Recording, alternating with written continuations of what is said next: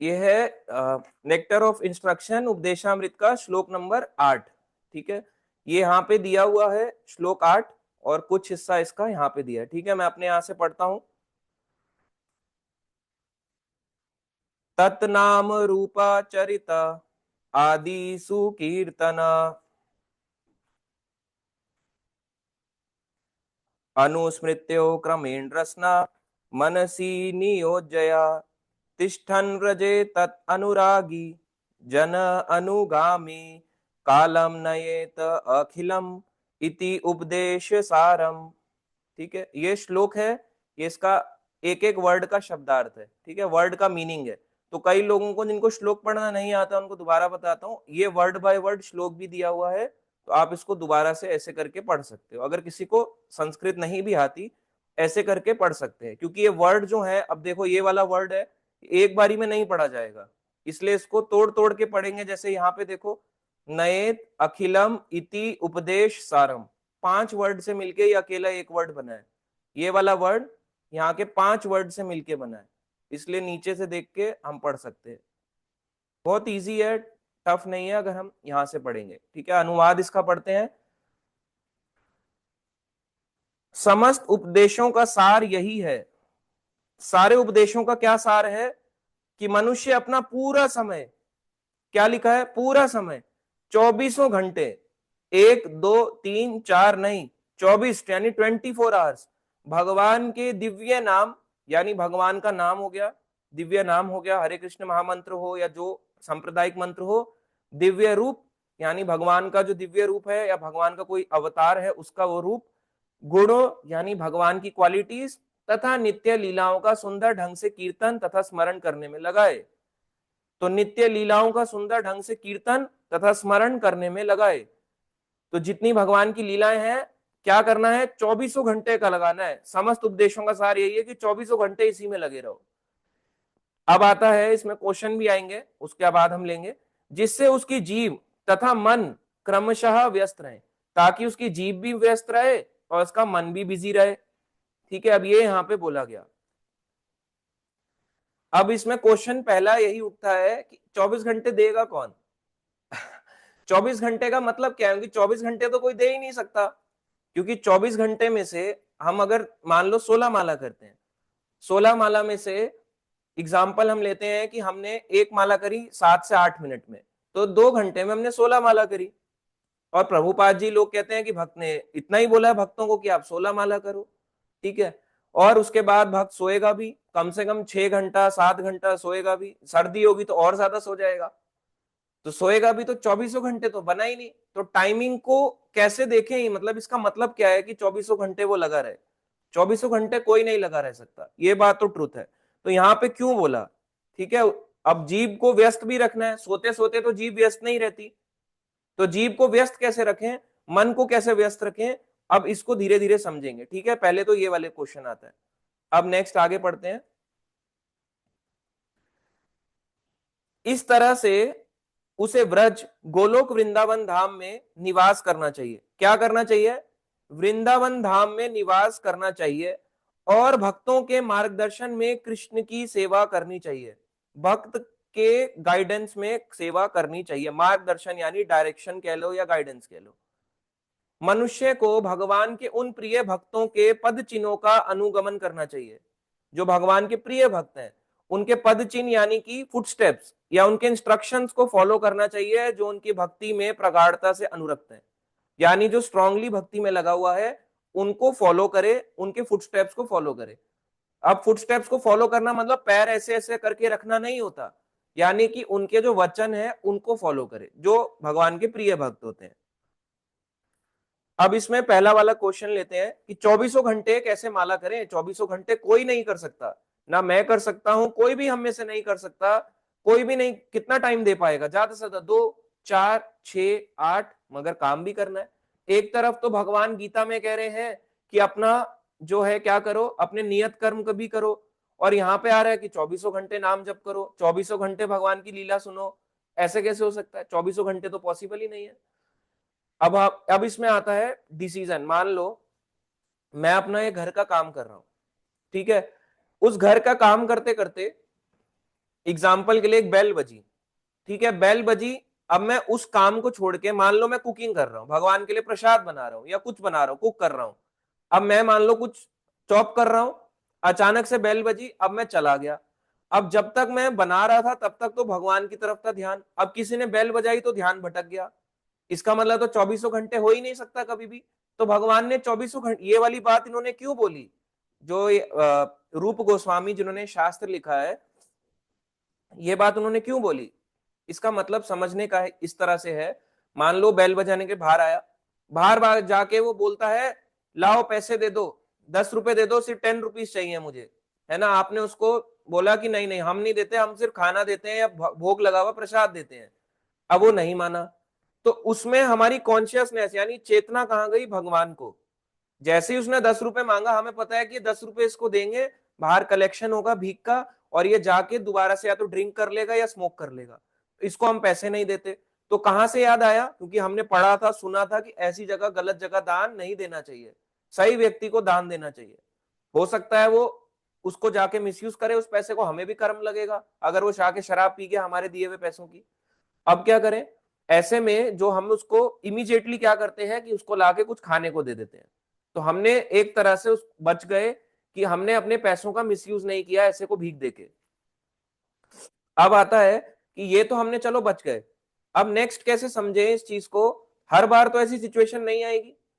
आप अपना office work कर रहे हैं, वहां तो भगवान याद नहीं आएंगे, तो वहां कैसे याद रखें। अब मान लो ऑफिस वर्क आप कर रहे हो, इस ऑफिस वर्क से जो रिजल्ट आ रहा है, या जो बिजनेस हम चला रहे हैं, या हम जो गृहस्थ काम कर रहे हैं, या जो स्कूल जा रहे हैं, कॉलेज जा रहे हैं, इसका जो रिजल्ट है, वो बाद का रिजल्ट भी हो सकता है, वो भगवान को दे दें। क्या हम में ऐसी श्रद्धा है? अगर श्रद्धा है तो हमने, इसका मतलब जो भी हमने काम किया वो सारा भगवान को दे दिया। ये भी एक तरह से भगवान की सेवा है। आपको समझ आया? यानी मैंने अपना टाइम डेडिकेट किया। एग्जाम्पल देता हूं, ठीक है, सिंपल एग्जाम्पल। एक लड़की है, एक लड़का है, एक लड़के को लड़की से मिलने जाना है। अब लड़की से मिलने जाने के लिए इमीडिएट तो मिलेगा नहीं, उसके हमेशा ख्याल में बनी रहेगी, और हर समय वो चैट भी नहीं कर सकता, हर समय वो उससे वीडियो कॉल भी नहीं कर सकता, ना कॉल कर सकता है, तो क्या करेगा।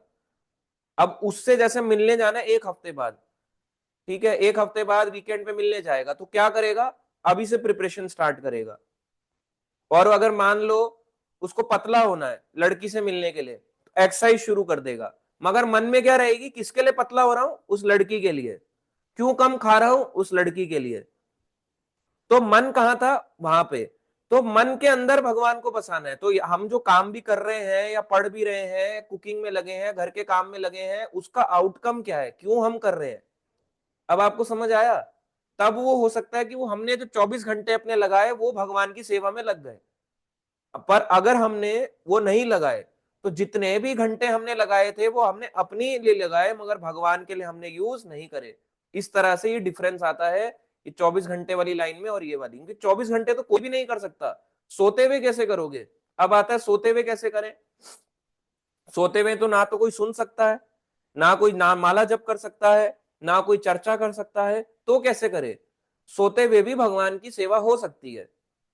अब वो कैसे होगी, जब हम कुछ पढ़ के सोते हैं या चैंटिंग करके सोते हैं, कुछ भी करके सोए, तो आमतौर पे जरूरी भी नहीं है, पर जनरली ऐसा होता है कि हमें सपने भी अच्छे आते हैं, पॉजिटिव सपने आते हैं।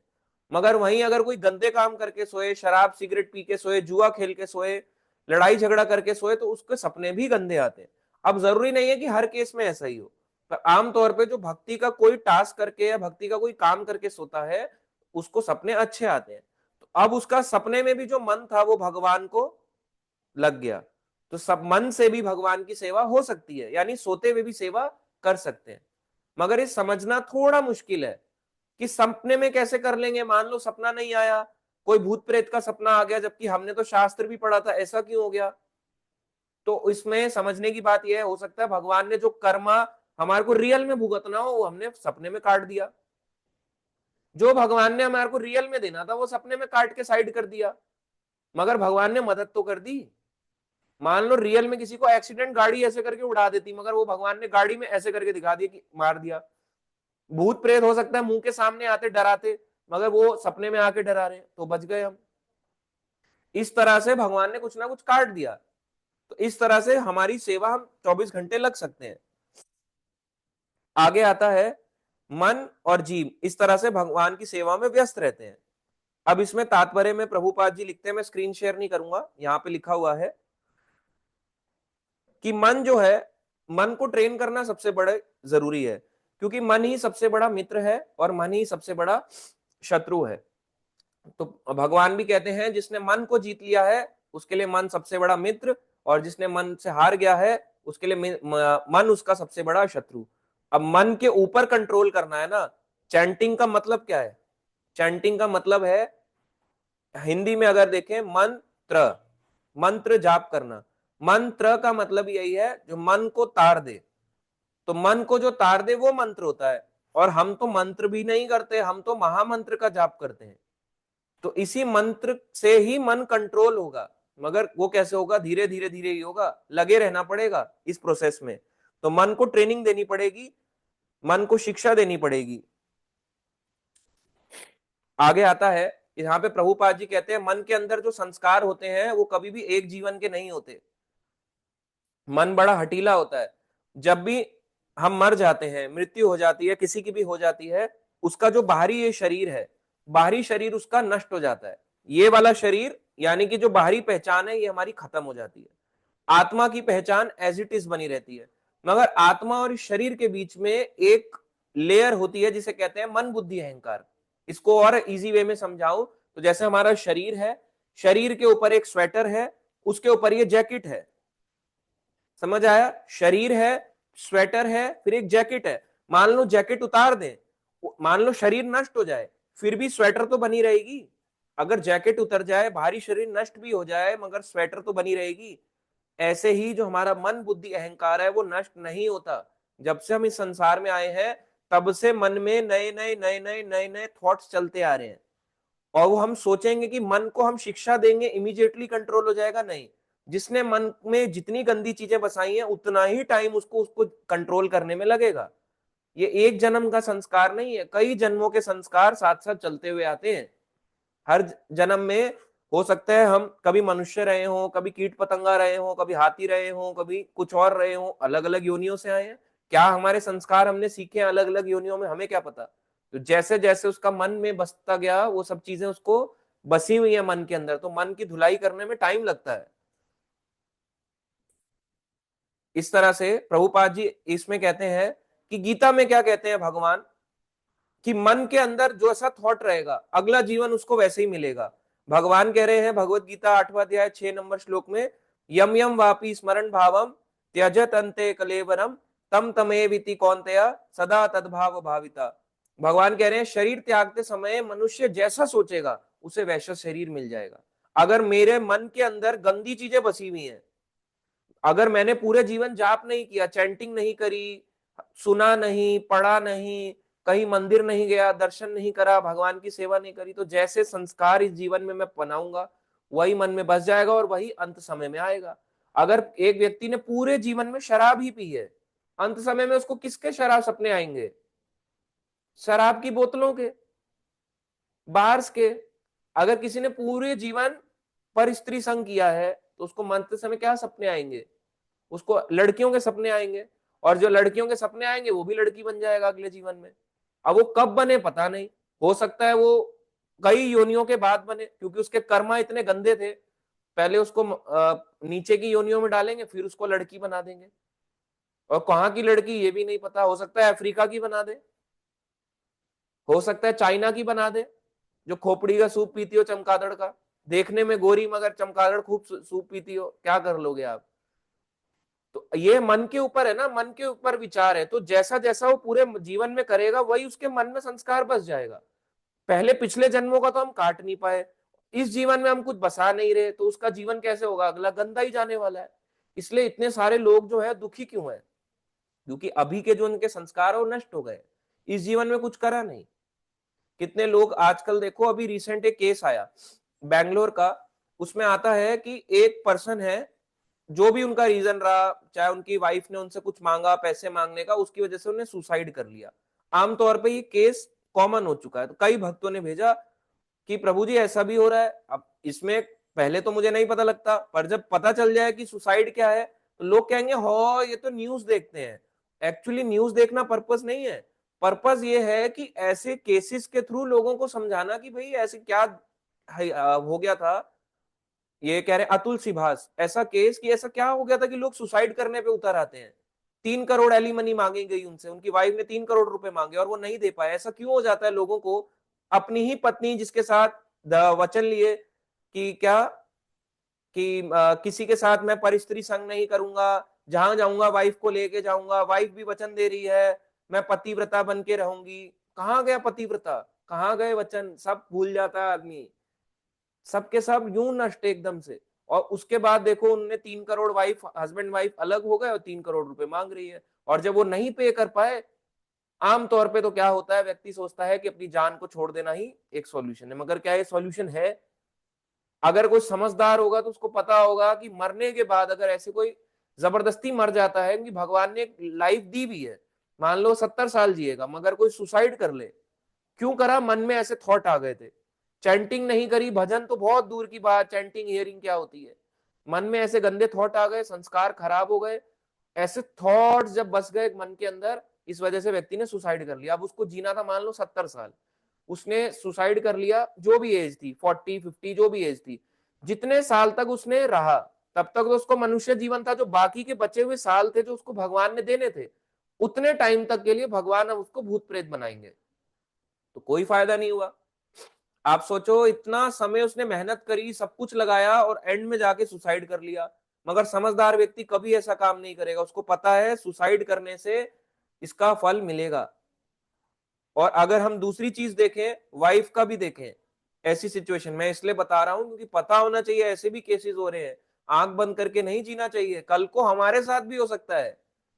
ये एक तरह से टीचिंग है, मोरल टीचिंग्स है, बेसिक टीचिंग्स है लाइफ की, जो खत्म हो गई है, जो सिर्फ आज के समय में टीवी या रील्स तक रह गया है।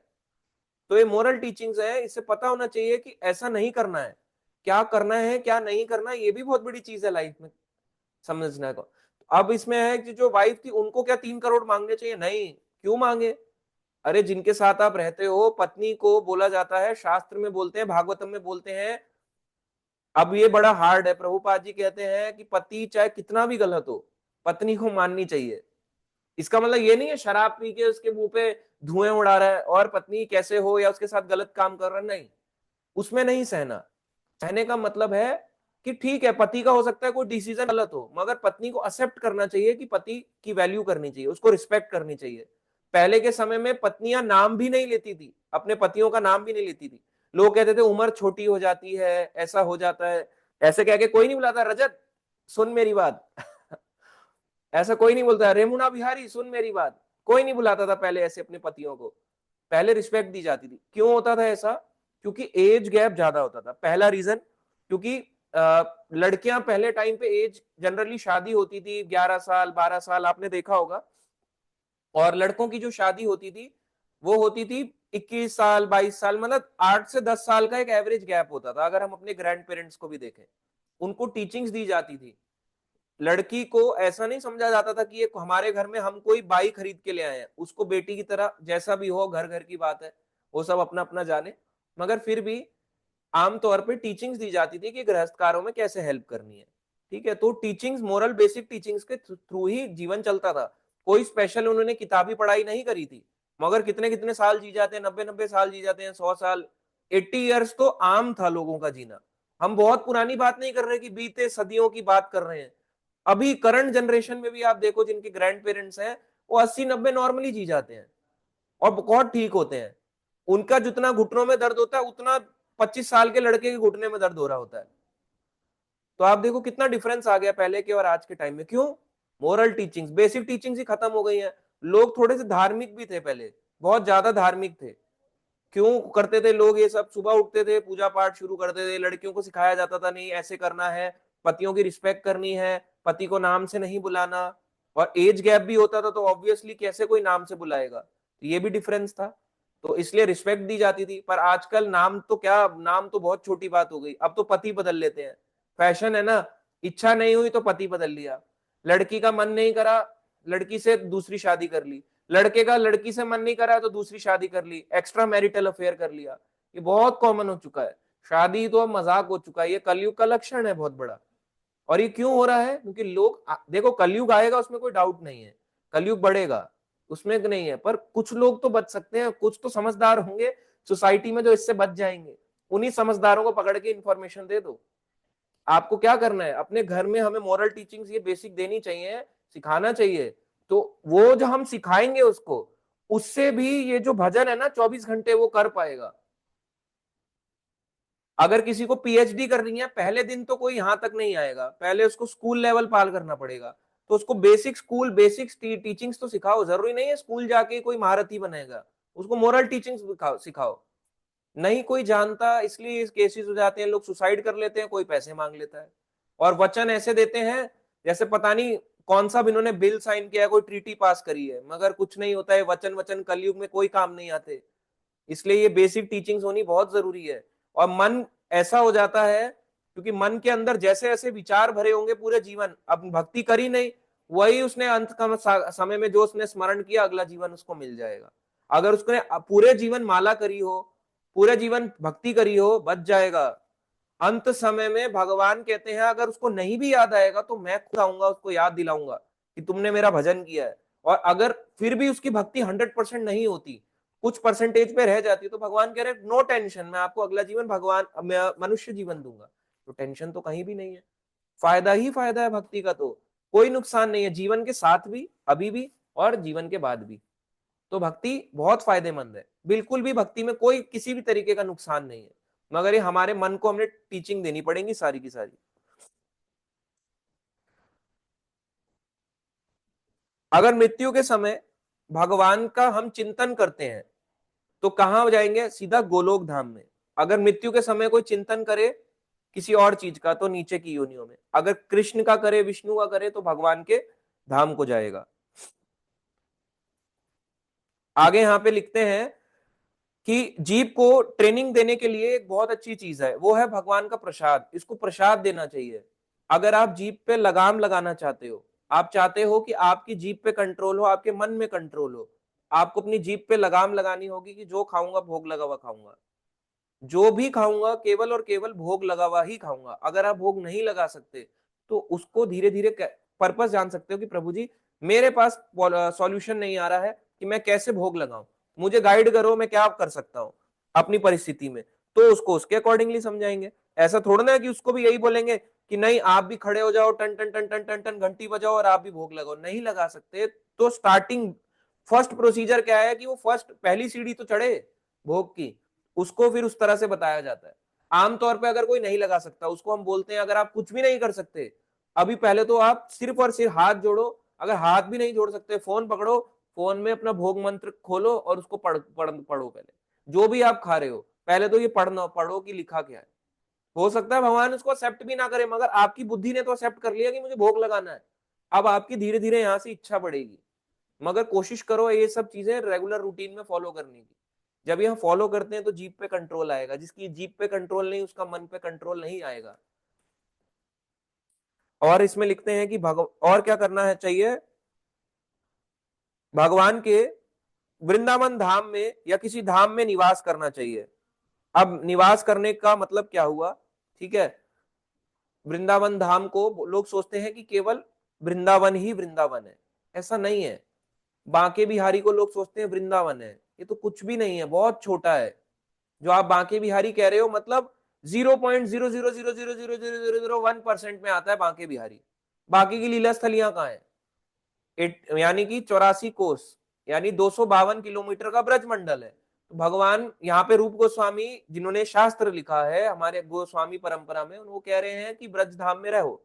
अब हर कोई तो रह नहीं सकता, कि सारे लोग अगर चले गए, प्लॉटिंग शुरू हो गई, लैंड कटने शुरू हो गए, तो बड़ी बड़ी इमारतें बन जाएंगी, सब एक दूसरे को 50 मंजिल से देखेंगे, और देखना देखेंगे भी। अब वृंदावन में भी 20 स्टोरी आम हो चुका है। वृंदावन में भी 25 माला 30 माला आम हो चुका है। लोग ऐसे करके देखते हैं एक दूसरे को, 30 माले से देख रहे हैं, हाइट से ऐसे करके देख रहे हैं नीचे कौन सी गाड़ी जा रही है, क्या घूम रहा है। तो ये धामवास का मतलब क्या है, ये समझने की चीज है। तो वृंदावन केवल इतना वृंदावन नहीं है जितना लोग समझते हैं। जो लोग हम मेरे देखो पीछे कौन सी बुक पढ़ी है, कृष्ण लीला पढ़ी है, दिख रहा है आपको मेरे बैक साइड में यहाँ पे। इस कृष्ण लीला को जब आप बुक को पढ़ोगे इसमें आपको पता चलेगा कि जो वृंदावन लिखते हैं ना प्रभुपाद जी, जो उसमें लिखा है वो पूरे ब्रजभूमि की बात हो रही है। वो केवल वो वाले वृंदावन की बात नहीं हो रही जहां पे आजकल करंटली हम जाते हैं, परिक्रमा मार्ग से जा रहे हैं और वहां से शुरू करते हैं, वहां पे लिखा है वृंदावन परिक्रमा मार्ग, परिक्रमा दिख रहे हैं, बस उतनी ही लीला स्थली है। नहीं, पूरा 84 कोस यानी 252 किलोमीटर का जो एरिया है, यहाँ पे अगर हम इसको इस तरह से सर्कल करें या आउटलाइन लगाएं, ये पूरा है ब्रजभूमि, जिसको शॉर्ट में वृंदावन भी बोल देते हैं, ब्रज को, जिसे ब्रज मंडल को ब्रज वृंदावन बोल देते हैं, या ब्रज बोल देते हैं, या ब्रज बोल देते हैं। चाहे ब्रज बोलो, चाहे ब्रज बोलो, चाहे वृंदावन बोलो, कुछ भी बोलो, तो इसको शॉर्ट फॉर्म में वो बता देते हैं। अब समझ में आया? तो पूरे ही वृंदावन को बोलते हैं, केवल इसको नहीं बोलते कि जो हम करंटली वृंदावन समझते हैं। वो तो नाम अब पड़ा ना वृंदावन, ऑब्वियसली वो वृंदावन एक वृंदावन है, 12 में से एक मुख्य वन है, मगर आमतौर पे जब हम मेजरली पढ़ते हैं तो पूरे 84 कोस की बात होती है, बाकी तो खाली पड़ा है। अब वहां पर भी प्लॉटिंग शुरू हो गई। तो वृंदावन में बसने का मतलब क्या है? हर कोई तो नहीं बस सकता, कैसे करे? घर जाके ले ले, फैमिली को लेके जाए या घर जाके परचेज कर ले, हर किसी के पास तो कैपेसिटी नहीं है। तो ब्रज, इसका धामवास का असली मतलब क्या है? इसका मतलब हुआ कि अपने मन के अंदर भगवान को बसाना। देखो, ये शरीर है, इस शरीर में यहाँ पे हृदय देश में आत्मा भी रहती है और परमात्मा भी रहते हैं। तो जहां पे भगवान रहते हैं वो भी क्या बन जाता है? धाम। जब हम इसमें तिलक लगाते हैं, ऐसे ऐसे करके 12 जगहों पे तिलक लगाते हैं, या एक जगह पे अगर कोई नहीं लगा पा रहा तो चलो एक जगह पे भी लगा रहा है, उसको बोला जाता है वो भगवान का मंदिर के समान उसका शरीर होता है। ऑब्वियसली मंदिर तो नहीं, पर मंदिर के समान ही उसके शरीर होता है, मतलब एक वो पर्सन अच्छा लगता है। अब उसने तिलक लगाया और उसके मन में क्या, यहाँ पे हृदय में, सबके हृदय में भगवान रहते हैं, तो इसका मतलब तो धाम ही है। अब धाम, मन हृदय में रहते हैं ना भगवान, तो ये क्या, अब ये समझ कैसे आएगा? तो धाम अपनी चेतना, जो कॉन्शियसनेस है ना, उसमें बसाना है। कॉन्शियसनेस क्या है मैं आपको बताता हूँ। जैसे आग है, आग के आगे हाथ सेक रहे हो, गरम लगता है ना, तो वो गरम जो ताप है ना, इसको ऐसे, इसको ये ऐसी चेतना इसको कहते हैं। तो हमारी चेतना जो है ना, इसके अंदर धाम बसाना है, आत्मा की जो चेतना है, जिस वजह से शरीर चल रहा है। जैसे आग से हाथ सेका तो गर्म लगता है, तो वो गर्माहट जो है उससे हाथ अच्छा लगता है, ठंडा, ठंडे से गर्म हो जाता है। ऐसे ही आत्मा मान लीजिए आग, चेतना मान लीजिए इसका ताप, और हाथ को मान लीजिए शरीर। समझ आया? आग जब जलाओगे उससे गर्म निकलेगा, ताप निकलेगा, तो हाथ ठंडे से गर्म हो जाएगा। ऐसे ही आत्मा से जो चेतना है, उस चेतना से ये शरीर काम करता है, जो कॉन्शियसनेस है। इसलिए इसका नाम है कृष्णा कॉन्शियसनेस। कृष्ण को चेतना में बसाओ। अदरवाइज बाहरी रूप से हम बसा रहे हैं, मगर चेतना में बसे या नहीं। जब जिस दिन चेतना में बस जाएंगे, कॉन्शियसनेस में भगवान बस गए, मन में भगवान बस गए, यानी कि आसान शब्दों में जिसने मन के अंदर सच में भगवान को जगह दे दी है और किसी को जगह नहीं दी, केवल भगवान को बसा लिया है, वो उसका शरीर भी धाम ही बन जाएगा। मगर हमें मन के अंदर बसाना है कि हर व्यक्ति नहीं रह सकता। कितनी जगह आप चले जाओगे, चलो मान लो जगन्नाथपुरी चले गए, अभी भक्तों को हम साथ लेके गए, उन्होंने देखा कि प्रभु जी यहाँ तो जगह ही नहीं बची, चारों तरफ गलियां ही गलियां, गलियां ही गलियां, गलियां ही गलियां, भीड़ ही भीड़, भीड़ ही भीड़, कहाँ रहोगे आप? जगह ही नहीं है। वृंदावन में जाओ तो जगह नहीं मिलती, लोग जाते हैं अपने अपने वहां पे गेस्ट हाउसेस लेते हैं, सब लेते हैं, पर जगह ही नहीं है। तो हर कोई परचेज भी नहीं कर सकता, सारी लैंड कॉमर्शियल बनते जा रही है। 1 लाख रुपए गज चल रहा है, कहीं 5 लाख रुपए गज चल रहा है। सच बात है, 1 लाख रुपए गज आप क्या पे कर सकते हो? यानी कि अगर आपको एक 100 गज का भी मकान लेना है तो वृंदावन जैसी जगह में भी 1 करोड़ का हो चुका है। कैसे लोगे एक सिंपल फ्लैट भी? वृंदावन में भी 1-1 करोड़ के फ्लैट हो चुके हैं, अगर आप पते की जगह पे लोगे तो क्या करोगे वहां जाके? इसलिए कॉन्शियसनेस में भगवान को बसाओ। प्रभुपाद जी कहते हैं कि आप जहां रहते हो उसी जगह में रहो और अपने मन के अंदर भगवान को बसाओ, और बाकी जगह वहां पे अपने अपने शहरों में रह के वहां पे प्रचार करो, वो ज्यादा अच्छा है, क्योंकि प्रचार ही सारे शास्त्रों का सार है। आपको समझ में आया? तो धाम वास अच्छी चीज है, धाम को मन में बसा लेना और भी बड़ी चीज है। धाम में जाके वास करना बड़ी चीज है, मगर धाम को मन में बसाना और भी बड़ी चीज है। इसलिए धाम यात्रा का भी सबसे बड़ा पर्पज यही है कि जो चीज हम लेके जा रहे हैं, वहां तो ऑब्वियसली हम वहां नहीं रह सकते, मगर उसी धाम को हम अपने मन में बसा ले तो ये धामवास ही है। कुछ टाइम के लिए वहां गए, उसके वहां से हमने क्या समझ में आया उसको मन में बसा लो। तो ये भी धाम के समान ही है, आपने अपनी चेतना में धाम बसाया है नहीं। एक और एग्जाम्पल देते हैं, प्रभुपाद जी जो थे वृंदावन छोड़ के तो अमेरिका गए, उस हिसाब से तो उन्होंने वृंदावन को छोड़ दिया, तो धाम वास कहाँ किया? उन्होंने तो सन्यासी होके इस बात को काट डाला, तो धाम तो बसा ही नहीं उनके मन में, इसका मतलब। अब इसमें समझने की बात है, उनके मन में धाम था तभी तो दूसरों को दे पाए। अगर उनके मन में ही धाम नहीं बसा होता, मेरे मन में अगर खोट है तो मैं दूसरों के मन में भी खोट डालूंगा। अगर मेरे मन में भगवान बसे हैं तो मैं दूसरों को भी भगवान नहीं दूंगा।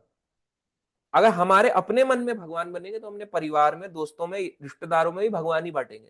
मगर मन में अभी थोड़ा सा हलचल है, मन के अंदर अभी चल रहा है कि यार थोड़ा सा प्याज वाला भी हो जाए चटनी के साथ, हरी लाल चटनी के साथ समोसा, तो फिर इसका मतलब अभी मन में ही नहीं बसे भगवान पूरी तरह। क्योंकि जिस दिन बस जाएंगे उस दिन आपको फील ही नहीं होगा कि मैं कभी अकेला हूं। हम इस संसार में कभी अकेले हैं ही नहीं। हम कब तक अकेले हैं? कुछ समय के लिए, उसके अलावा हम कभी अकेले नहीं होते। फिजिकल एसोसिएशन ना हो मगर भगवान तो हमेशा ही साथ है। ठीक है, आगे इसमें चलते हैं। रूप गोस्वामी एक श्लोक बताते हैं, भक्ति रसामृत सिंधु, यहाँ पे लिखा है 1.2.294, पहला स्कंद दूसरा अध्याय 294 नंबर श्लोक। ठीक है, एक भक्ति रसामृत सिंधु है, नेक्टर ऑफ डिवोशन। हम पढ़ रहे हैं नेक्टर ऑफ इंस्ट्रक्शन, हम उपदेशामृत पढ़ रहे हैं।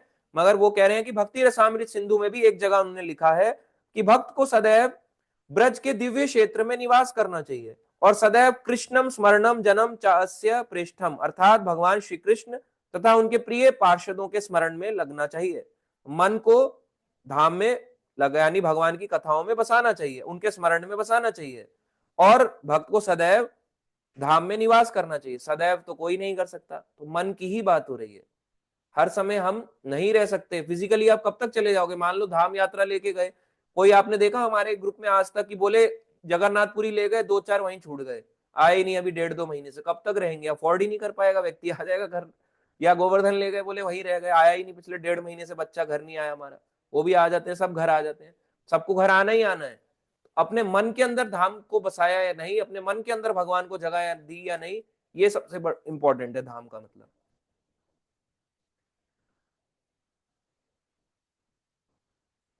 अब देखो इसमें क्या लिखा है, बहुत अच्छा श्लोक है, मैं आपको स्क्रीन शेयर करके दिखाऊंगा ये वाला।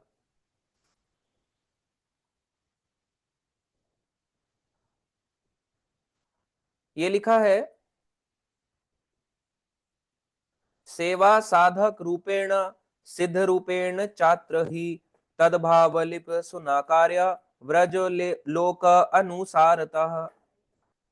व्रज के दिव्य क्षेत्र यानी ब्रज धाम में मनुष्य को परमेश्वर श्री कृष्ण की सेवा, यानी ब्रज धाम में मनुष्य यानी इंसान कैसा करना चाहिए? परमेश्वर श्री कृष्ण की सेवा भगवान के पार्षदों की सी भावना से करनी चाहिए और उसे अपने आप को कृष्ण के किसी विशेष संगी के प्रत्यक्ष मार्गदर्शन में के अंतर्गत रखकर उसके पद चिन्हों पर चलना चाहिए। भगवान के किसी किसी विशेष संगी के प्रत्यक्ष मार्गदर्शन यानी डायरेक्ट मार्गदर्शन में चलना चाहिए, किसी के अंडर। उसे अपने आप को क्या करना है? किसी विशेष संगी के प्रत्यक्ष मार्गदर्शन के अंतर्गत रखकर उसके पद चलों पर चलना चाहिए। ये क्या कहलाती है? विधि साधन। ठीक है, बंधन की अवस्था में संपन्न किए जाने वाला आध्यात्मिक अभ्यास और साध्य भगवत साक्षात्कार इस तरह से होगा। यानी किसी के अंडर सेवा में लग के ही हमें भगवान की भक्ति समझ में आती है। अपने आप कोई भक्त नहीं बन सकता, सबको लगनी पड़ेगी। अब आता है कि कई लोग बोलेंगे जो हमें, जिनका हम सुनते थे या गुरुजी थे, हमारे गुरुजी तो संसार से चले गए, अब कैसे समझे? जिसका गुरु ही ना बचाओ, क्या और दूसरा गुरु बना ले? ऐसा भी होगा दूसरा गुरु बना लेते हैं, चलो ये तो चल बसे। अब इसमें वो कहते हैं, शास्त्रों में भागवतम में ही आता है कि यदि मान लो किसी के गुरु चल बसे, तो एक होता है वपु संघ यानी फिजिकल एसोसिएशन, उनके साथ रह के उनकी सेवा करना, उनको डायरेक्ट सुनना। और दूसरा होता है वाणी का एसोसिएशन यानी वाणी संघ। वाणी संघ जो हुआ कि उनके जो वचन थे उसको निभाना, कि अरे वचन जो है उनके शास्त्र की बात बोली हुई है, उसको फॉलो करना अपने जीवन में, ये हो गया वाणी संघ। दोनों इंपॉर्टेंट है, वपु और वाणी, मगर वाणी को ज्यादा इंपॉर्टेंस दी गई। यानी वपु भी है वाणी भी है, मगर वाणी को ज्यादा इंपॉर्टेंस दी गई दोनों में से। यानी इंस्ट्रक्शंस को फॉलो करना ज्यादा इंपॉर्टेंट है। व्यक्ति तो हर समय नहीं रहेगा, एक समय के बाद हमारे माता पिता होते हैं, माता पिता भी चले जाते हैं। हमारे को सिखाने वाला होता है, वो भी हो सकता है संसार से चल बसे। हमारा बड़ा भाई हो सकता है जो हमें सिखाता हो वही चल बसे। किसकी उम्र का क्या पता, किसी को नहीं पता। एक हो गया वपु संग, एक वाणी संग। तो वपु हर कोई कर सकता है मगर वाणी हर कोई नहीं कर सकता, मगर वाणी कोई भी कर सकता है। इंस्ट्रक्शन फॉलो करना मेन है, इंस्ट्रक्शन किसने फॉलो किया। और वृंदावन में किसी विशेष बोला गया है ना, कैसे भगवान के पार्षदों की भावना से सेवा करनी चाहिए, कि मैं भगवान का सेवक हूं, ऐसे जाके वृंदावन में सेवा करनी चाहिए। और अपने आप को भगवान कृष्ण के विशेष संगी के प्रत्यक्ष मार्गदर्शन में, डायरेक्ट मार्गदर्शन के अंडर रहकर उसके पद चिन्हों पर चलना चाहिए। इस तरह से समझना चाहिए। और जो हमें चला रहा है उसको भी चेक कर लेना चाहिए, कहीं ऐसा ना हो कि हम जिसके साथ जुड़े हो ऐसा ना हो खुद ही फॉलो ना करता हो कुछ। तीनों जगह से चेक करो कि उसने जो बात बोली ऐसे तो नहीं अपने मन की मनगढ़ंत बात बोल दी फोर्स करने के लिए या कुछ थोपने के लिए। उसको चेक करो, पूछो उसको कहाँ लिखा है आपने जो बात बोली मैं नहीं मानता आपकी बात, उससे क्रॉस चेक करना चाहिए। आगे यहाँ पे आ रहा है, मनुष्य को वृंदावन में रहने तथा किसी योग्य भक्त के निर्देशन एवं संरक्षण में भगवान कृष्ण के नाम, यश, लीलाओं तथा गुणों के स्मरण में अपने समय बिताना चाहिए। अगर किसी को वृंदावन वास करना है, क्या करना है, क्या करना होगा, योग्य भक्त जो सच में योग्य है, जिसको जिसके मन में भी भगवान बस चुके हैं, केवल वो ऐसा नहीं शारीरिक तौर पे भगवान के यहाँ पे है वृंदावन में, मगर जब दिल्ली जाता है तो मस्त हो जाता है, एकदम मस्त मौजा, या जब वापस पहुंचा अपने अपने शहरों में मस्त मौजा हो गया।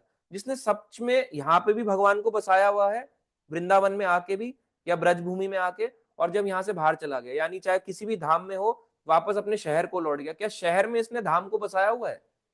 अगर उसने मन में धाम को बसाया हो, बाहरी रूप से वो कैसा भी दिखता हो, गोरा हो, काला हो, पतला हो, मोटा हो, कैसा भी हो, अगर उसके मन में धाम है तो आपको भी धाम दे सकता है।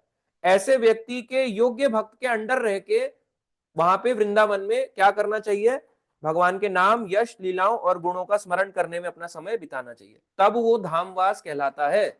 अदरवाइज कोई गाड़ी लेके जाए और वहां रुक जाए और वहां रुक के फ्रेश होके परिक्रमा लगा ले, तो वो कैसा हुआ, कृपा तो है मगर ना तो उसमें यश भगवान का डिस्कस हुआ फ्रेम, ना लीलाएं डिस्कस हुई, ना भगवान स्मरण में आएंगे। केवल वहां की भीड़ दिखेगी, वहां की प्रॉब्लम दिखेगी, और अंत में क्या होगा, वहां पे जाके उनको गालियां भी निकलेंगी धाम वासियों को। इस तरह से डिफरेंस आता है।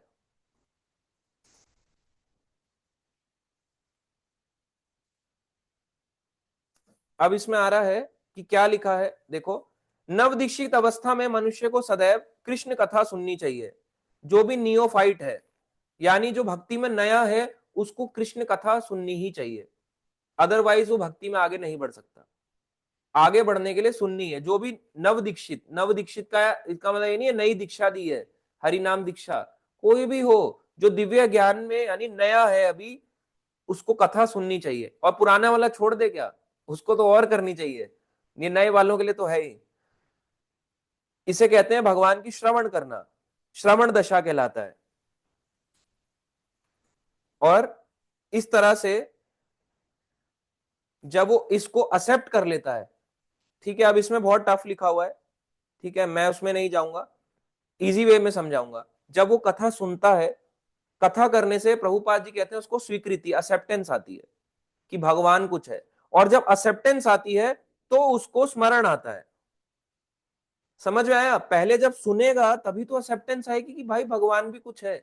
जब तक वो सुनेगा नहीं, पढ़ेगा नहीं, उसको भगवान की एक्सेप्टेंस क्यों आएगी।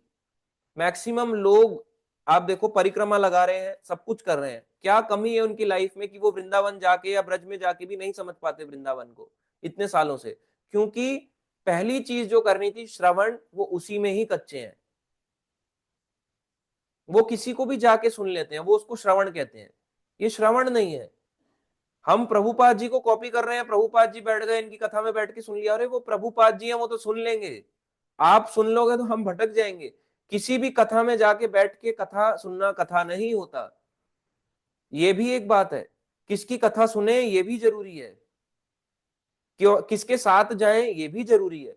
कई बार हम ऐसे लोगों को जाते हैं, मान लो चार दोस्त मिलके गए, आजा यार वृंदावन तेरे को घुमा के लाऊं, और ऐसा ही होता है, आजा तुझे वृंदावन घुमा के लाऊं। अब वो बाइक पे या गाड़ी चला के चले गए, अब उसके दो तीन दोस्त स्मोक कर रहे हैं, अब वो वृंदावन उनको धाम वास देने गया था, पर उल्टा वो वहां पे जाके धाम में जाके गंदगी करके आ गए, सिगरेट फेंक दी, शराब की बोतल फेंक दी, वहां पे थूक दिया। ऐसे धाम वास का कोई फायदा नहीं। या धाम गए, धाम में जाके हमने टॉयलेट पास किया, टॉयलेट पास करके नहा धो के नाश्ता करके आ गए, तो वहां पे हमने अपना जो कचरा था पेट का, वो यमुना नदी में बहा दिया। पेट का कचरा हमने वहां के टॉयलेट में डाल दिया, हमने धाम की भूमि को गंदा कर दिया, या टॉयलेट त्याग करके आ गए। धाम जाने का फायदा ही तब है जब भक्त हो, जो हमें वहां का कुछ बता सके। अदरवाइज तो धाम कितनी भी यात्रा कर लो, भगवान नहीं बस पाते मन में। बहुत लोग पहले से भी कई सालों से परिक्रमा लगा रहे हैं, 20-20 साल से, मगर उनको बेस भी नहीं पता होता कि इसका मतलब क्या है। कृपा तो मिल रही है, इसमें कोई दोहराई नहीं है, मगर जो कहते हैं ना फर्स्ट स्टेप क्या है। ठीक है एंटर कर गए, मगर फर्स्ट स्टेप क्या, उनको पता ही नहीं है भक्ति का फर्स्ट स्टेप क्या है। कि पहले सुनो तो सही, जब सुनोगे तभी तो एक्सेप्टेंस आएगी। आज आप परिक्रमा कर रहे हो, 20 साल से कर रहे हो, ठीक है आपको थोड़ी बहुत एक्सेप्टेंस है, मगर साथ में फिर हमारा मिक्सचर भी तो चल रहा है। ये वाला भी कर लेते हैं, क्रिसमस भी मना लेते हैं, हालेलुया भी कर लेते हैं, मैरी क्रिसमस भी बोल लेते हैं, मिक्सचर है ना, तो मिक्सचर को धोओगे कब? मिक्सचर को धोना पड़ेगा, और वो किसी की गाइडेंस में रह के ही हो सकता है। कई लोग बोलते हैं प्रभु जी क्रिसमस है, क्या चर्च चले जाए? जाओ। अगर आप ये सोचते हो कि जीसस क्राइस्ट भगवान के भक्त हैं, बिल्कुल जाओ। अगर आप ये समझते हो कि वो कहते हैं I am the son of God, अगर आप जानते हो तब तो ठीक है। अगर नहीं जानते, केवल चर्च जाके फोटो खिंचाई, तो फिर कोई फायदा नहीं है, वो वेस्ट है टाइम। अगर आप सच में जाके उनके प्रार्थना कर रहे हो कि अरे जीसस क्राइस्ट आप तो सूली पे चढ़ गए, इन लोगों को बुद्धि दी हो आपने, दो इनको बुद्धि दो ताकि ये लोग भी भगवान की भक्ति कर सके, इन लोगों को समझाने के लिए आप सूली पे चढ़ गए, कितने महान भक्त होंगे आप। मगर वहां जाके केवल करके फोटो खिंचाना क्या हुआ? मिक्सचर हुआ। आपने 20 साल परिक्रमा भी लगाई, मगर कंफ्यूजन स्टेट में ही है। बहुत से लोग होते हैं कंफ्यूज चल रहे हैं ना, करें क्या, आखिर करना क्या है। या अजमेर चलते हैं, अजमेर शरीफ दरगाह पे चलते हैं, क्या करोगे दरगाह पे जाके? पत्थर की पूजा करोगे? सीमेंट सीमेंट और उसके ऊपर चादर के ऊपर चादर डली है, उसका प्रसाद खाओगे आप? कोई फायदा नहीं है ऐसी जगहों पे जाने का। अगर आपको जाना है भगवान के धाम जाओ। क्यों आप मुस्लिम धर्म आपको अलग राह दे रहा है? हम ये नहीं कह रहे वो गलत है, ठीक है उनको करने दो, उनको प्रॉफिट ने जितना दिया वो करेंगे, उनके हिसाब से मोहम्मद ने जितना उनको दिया है, मगर हमारे लिए नहीं है वो। मगर फिर भी आप देखो जाने वाले की संख्या अजमेर में उतनी ही है जितने मुस्लिम से ज्यादा, उतने ही संख्या के लोग जो सो कॉल्ड हमारे समाज है हिंदू बोलने वाले वो भी जाते हैं। तो क्या है ये सब? ये भक्ति है या फिर क्या है? ये भक्ति वक्ति कुछ नहीं है। परिक्रमा लगा रहे हैं, वहां भी जा रहे हैं, आप समझे ही नहीं इसका मतलब। अगर आप वहां जा रहे हो तो वहां क्या भक्त बनाने जा रहे हो अजमेर में? तब जाओ। कि नहीं मैं वहां के एक बंदे को पकड़ के लाऊंगा, उसको हरि नाम दूंगा, जाओ। फिर तो प्रभुपाद जी कहते हैं फिर तो नरक भी जाना पड़े, भक्त को स्वीकार करना चाहिए कि मैं उसको प्रचार करूंगा। मगर ऐसे कोई फायदा नहीं, केवल टाइम खराब करना, वहां जा जाके अलग अलग पिकनिक स्पॉट पे, ये सब वेस्ट है। इसलिए धाम में भी जाने का पर्पस है कि वहां पे कृष्ण कथा हो, कृष्ण के बारे में सुनने को मिले, कृष्ण का स्मरण यहाँ पे बने, नहीं तो स्मरण ही नहीं बनेगा। धाम में गए, अब वहां तो धाम था, हर बार तो पैर वहां टिका नहीं रह सकता, वापस अपने शहर में आ गए, अब कहाँ पे धाम रहा? पैर तो है ही नहीं धाम में, तो धाम कहाँ बसाओगे? मन में ही तो बसाओगे। वहां पे जो आपने देखा उसको मन में बसा लो। एक लड़की को देख के आया, लड़की का चित्र बिसा लिया, अब उसके लिए व्यक्ति काम बोला लगा रहता है, सालों साल की, इसी से शादी करूंगा, इसी से करूंगा, यही वो लड़की थी जो मेरे है ना दिल को चुरा ले गई। उसके लिए व्यक्ति लड़का लगा रहता है पूरी जिंदगी भर। अरे उसके लिए लगा है, मगर भगवान के लिए कब लगोगे? यही चीज सोचो, भगवान के लिए आ जाए ना जिस दिन, उस दिन हमारा ट्रू लव हो जाएगा भगवान से। जैसे एक लड़का लड़की के लिए पागल हो जाता है ना, बस कुछ नहीं दिखती उसको चारों तरफ, वो लड़की लड़की लड़की मतलब पागल हो जाता है, फैमिली से भी मारपीट करने लगता है। इसका मतलब समझ लो अब हम भक्ति में सही हैं। ये एक्सेप्टेंस कब आएगा? जब हम पढ़ेंगे, जब तक जानेंगे नहीं आपको क्या पता चलेगा भगवान। इसलिए कथा के बिना धाम अधूरा ही है, सच बता रहा हूं। आप चले जाओगे, थोड़ा धाम दे दोगे, मगर विदाउट कथा वो अधूरा रह जाएगा, उसको समझ नहीं आएगा, उसकी कृपा नहीं मिल पाएगी। वैसे जा सकते हैं, इसका मतलब ये नहीं है जाना ही नहीं, जा सकते हो, मगर वहां पे रह के थोड़ा सा रियलाइजेशन करो। कुछ नहीं कर सकते तो अपने पास किताब लेके चले जाओ, किताब पढ़ो, पीछे कृष्णा बुक है इसको लेके जाओ। प्रभुपाद जी कह रहे हैं पढ़ो, आप जहाँ इसको हो अपने साथ लेके जाओ, किताब को पढ़ो। हो सकता है जहां आप गए हो वहां पे लीला ही ना हुई हो, आप तो वृंदावन सोच के जा रहे हो कि वृंदावन में लीला हुई, मगर वहां पे वो लीला ही नहीं हुई होती। अब रास लीला जो लोग सोचते हैं एक्चुअली यहीं पे हुई, कहां पे, वृंदावन में हुई, मगर ज्यादा रास लीला की स्थली गोवर्धन में है वृंदावन से ज्यादा। अब लोग सोचते हैं राधा कृष्ण का मिलन होता था वो यहाँ होता था, कहाँ, वृंदावन में ज्यादा होता था, बल्कि अगर देखें तो वैसे तो हर जगह बहुत प्लेसेस हैं, मगर ज्यादातर वो प्लेसेस बरसाना की होती हैं या नंदगांव की होती थी। इस तरह से अलग अलग प्लेसेस हैं। तो प्लेस तो बहुत बड़ा है ना, अभी हो सकता है समझ में आए ना आए चलेगा, मगर कुछ जाते हो तो पढ़ के जाओगे, प्रभु जी आज मैं एक अध्याय पढ़ के आया, धामवास किया था, तब कुछ अक्कल आएगी, नहीं तो क्या फायदा, गए और वापस आ गए। इस तरह से धाम होना चाहिए। अब जब एक्सेप्टेंस आती है, यानी पहले सुना, दूसरा लेवल एक्सेप्टेंस, इसको पार कर क्या होता है, इसको कहते हैं, नेक्स्ट आता है अटैचमेंट, तीसरा आता है अनुरक्त। यहाँ पे प्रभुपाद जी लिख रहे हैं, मैं उसको आसान शब्दों में बता रहा हूं, इसमें ज्यादा डिटेल में नहीं जा रहा। अनुरक्त यानी अटैच हो जाता है। अटैच होने का मतलब है अब उसका भगवान से अटैचमेंट हो गया। पहले उसने सुना, फिर भगवान को एक्सेप्ट किया, अब भगवान से अटैचमेंट हो गया। जब एक लड़की को देखा, लड़की के बारे में जाना, तो एक्सेप्टेंस हो गई कि हाँ मैं इसी से शादी करूंगा, और तीसरा फिर उसने उसके साथ अटैचमेंट बना लिया। इस तरह से होता है। ठीक है, श्रवण, सुकृति और अनुराग या अनुरक्त होना। अब चौथा स्टेज आता है, जब वो ऐसा हो जाता है, भगवान के लिए जब अटैचमेंट आ जाए, तो क्या होता है, वो कीर्तन करता है, यानी चैंटिंग भी करता है, या मृदंग से या करताल से या बोल के भी कीर्तन करता है, तो उसमें एक्सटेसी होती है। एक्सटेसी का मतलब आप समझे, उसमें ये नहीं होता कि मतलब फॉर्मेलिटी के लिए कर रहा हूं मैं, आनंद होता है। मतलब जैसे मैं कुछ करूं कीर्तन, कि मैं एक आम तौर पे कर रहा हूं, ठीक है, इसमें कोई एक्सटेसी नहीं है। मगर एक्सटेसी जैसे चैतन्य महाप्रभु को होती थी, कि वो गिर जाते थे, रोने लगते थे। अब आजकल तो रोना भी बहुत कॉमन हो गया है। वो राम जी का भजन करते हैं, एक बता रहे थे, वो कह रहे थे कि राम जी का जैसे ही वो भजन करते हैं कि चलिए राम जी चले, आगे बढ़े अपने अयोध्या से, उसके बाद कैसे कथावाचक होते हैं, ऐसे करके बाम लेते हैं और ऐसे करके ऐसे करते हैं, और यहाँ पे बाम होता है, जैसे ही ऐसे करते हैं तो बाम लगने से और आंसू बहने लगते हैं उनके, और लोगों को लगता है वाह, राम जी की कथा सुनाई इन्होंने, और राम जी की कथा से इनको और ज्यादा आंसू आ रहे हैं, जबकि उल्टा होता है। उसने बाम ऐसे करी तो उसके बाम से और आंसू आने लग गए। आजकल और एक्सपर्ट बैठे हैं। इस तरह से चलता है, मगर ऐसी कोई एक्सटेसी नहीं। एक्सटेसी का मतलब है सच में उसको आनंद आ रहा है, तो उसको एक्सटेसी कहते हैं। सिंपल शब्दों में ये एक्सटेसी है, भाव विभोर हो जाना। जब वो इस तरह से चैंटिंग करता है या वो करता है, कीर्तन करता है, उसको क्या कहते हैं, उसके बाद स्मरण अवस्था। ठीक है, पहला था सिंपल लैंग्वेज में, जो यहां प्रभुपाद जी कह रहे हैं आसान शब्दों में, पहला कृष्ण कथा सुनो या पढ़ो, फिर आता है स्वीकृति यानी एक्सेप्टेंस, तीसरा आता है अटैचमेंट, चौथा आता है जब वो उर्मी, यहाँ पे लिखा उर्मी में यानी एक्सटेसी में कीर्तन करता है या चैंटिंग करता है, चौथे लेवल पे वो कीर्तन कर पाएगा। जब अटैचमेंट हो गया तो अब भगवान का नाम जब भी करेगा, अभी जो भी है हमारा कच्चा है, पक्का नहीं है। और पांचवें लेवल में जब वो ऐसा करता है, उसको भगवान, उसके दिमाग में स्मरण आते हैं, अब वो बैठ जाएगा दिमाग उसमें, उसके भगवान बैठ गए उसकी बुद्धि में। अब इस तरह से जब हमारी ये स्टेज आ जाएगी तो हमारे स्मरण में बने रहेंगे, और जिस दिन स्मरण में बन गए तो मन में बस गए, जब मन में बस गए तो हो गया ना 24 घंटे भगवान का, आपने दे दी भगवान को 24 घंटे जगह। समझ में आया क्या था, पूरा का पूरी क्लास किस चीज के ऊपर थी, समझ में आया या बिल्कुल ही ब्लैंक थे हम सब? कैसे आएगा ये एक्सेप्टेंस, पहले स्टार्ट ही सुनने से होगा। पहले सुनो, उसके बाद दूसरा एक्सेप्ट करो, सुन के ही एक्सेप्टेंस आती है, बिना सुने किसी को एक्सेप्टेंस नहीं आती। किसी को क्या पता कि हम कौन है या आप लोग कौन है, हम एक दूसरे को जब सुनते हैं जानते हैं तभी तो पता चलता है ये है क्या। तो पहला सुनना या पढ़ना, ये भी सुनने में ही आता है, फिर एक्सेप्टेंस, एक्सेप्ट हो जाएगा तो फिर वो क्या कर पाएगा, अटैचमेंट, अपना अटैचमेंट बना पाएगा। जब अटैचमेंट बन जाएगा उसका भगवान से बहुत पक्का, तो वो क्या करेगा, एक्सटेसी यानी भाव विभोर होकर चैंटिंग करेगा या कीर्तन करेगा। और पांचवा, जब वो ऐसा करेगा तो भगवान उसके स्मरण में बैठ जाएंगे, और जिस दिन उसने स्मरण में अपने बिठा लिया अच्छे से, उसका मन वैसे ही कंट्रोल्ड है, हो गया उसका बेड़ा पार, क्योंकि उसने अपने मन को धाम में बसा लिया।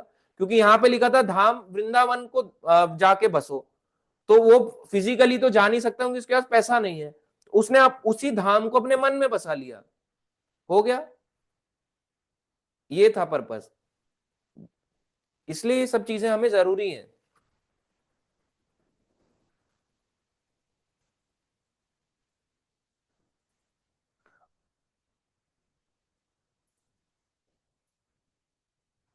यहाँ पे प्रभुपाद जी देखो लिखते हैं कि स्टार्टिंग में क्या होता है, थोड़े थोड़े इंटरवल के बाद क्या होता है, भगवान का स्मरण जो होता है वो टूटता रहता है, खंडित हो जाता है। जैसे थोड़े समय भगवान ध्यान में आएंगे फिर टूट जाएंगे। प्रभु जी मैं तो जा रहा था, थोड़े समय तो बहुत अच्छा लगा, चैंटिंग करते हुए चल रहा था, फिर भगवान माइंड से गायब हो गए। मैं चैंटिंग कर रहा था, मैं ऐसा लग रहा था राधा कृष्ण की लीला में, वो फिर गायब हो गए भगवान, ऐसा क्यों? अभी खंडित हो गया, मगर आप इस स्टेज पे पहुंच रहे हो, धीरे धीरे करके स्मरण वाली स्टेज पे पहुंच रहे हो। स्मरण आएगा जब हम सुनेंगे, चैंटिंग करेंगे। अशांत शब्दों में वही स्मरण ला सकता है जो अच्छे से सुनता है, जिसका सुनना और पढ़ना पक्का है, वही अच्छी चैंटिंग कर पाएगा, और वह जिसकी जितनी अच्छी चैंटिंग है उतना अच्छा वो भगवान को स्मरण कर पाएगा। चैंटिंग बहुत जरूरी है इसलिए। अब इसमें चैंटिंग में बोलोगे लोग कि 24 घंटे तो हम नहीं कर सकते, तो क्या मतलब हुआ 24 घंटे करने का? मान लो मुझे किसी ने गाली दी, गाली देके मैंने उसको क्या बोलूंगा, मैं भी गाली दे दूंगा, तो भगवान का स्मरण कहाँ रहा? इसका मतलब भगवान का स्मरण ही नहीं है। जब वो हमको गाली दे तो मैं बोलूं हरे कृष्णा, या उसको ऐसे करूं हरे कृष्णा ऐसे करके, तो मुंह से तो भगवान का नाम निकला ना, मुंह से तो भगवान का नाम निकला। इसलिए डिफरेंस आने लगेगा, वो फील होने लगेगा। इसलिए हियरिंग और या रीडिंग, रीडिंग भी बोले तो स्टडिंग होता है वैसे तो, पर हम इसको रीडिंग बोलते हैं आम शब्दी में। इसलिए जब हम इस चीज को फॉलो करते हैं तो हमारा स्मरण बनने लगेगा।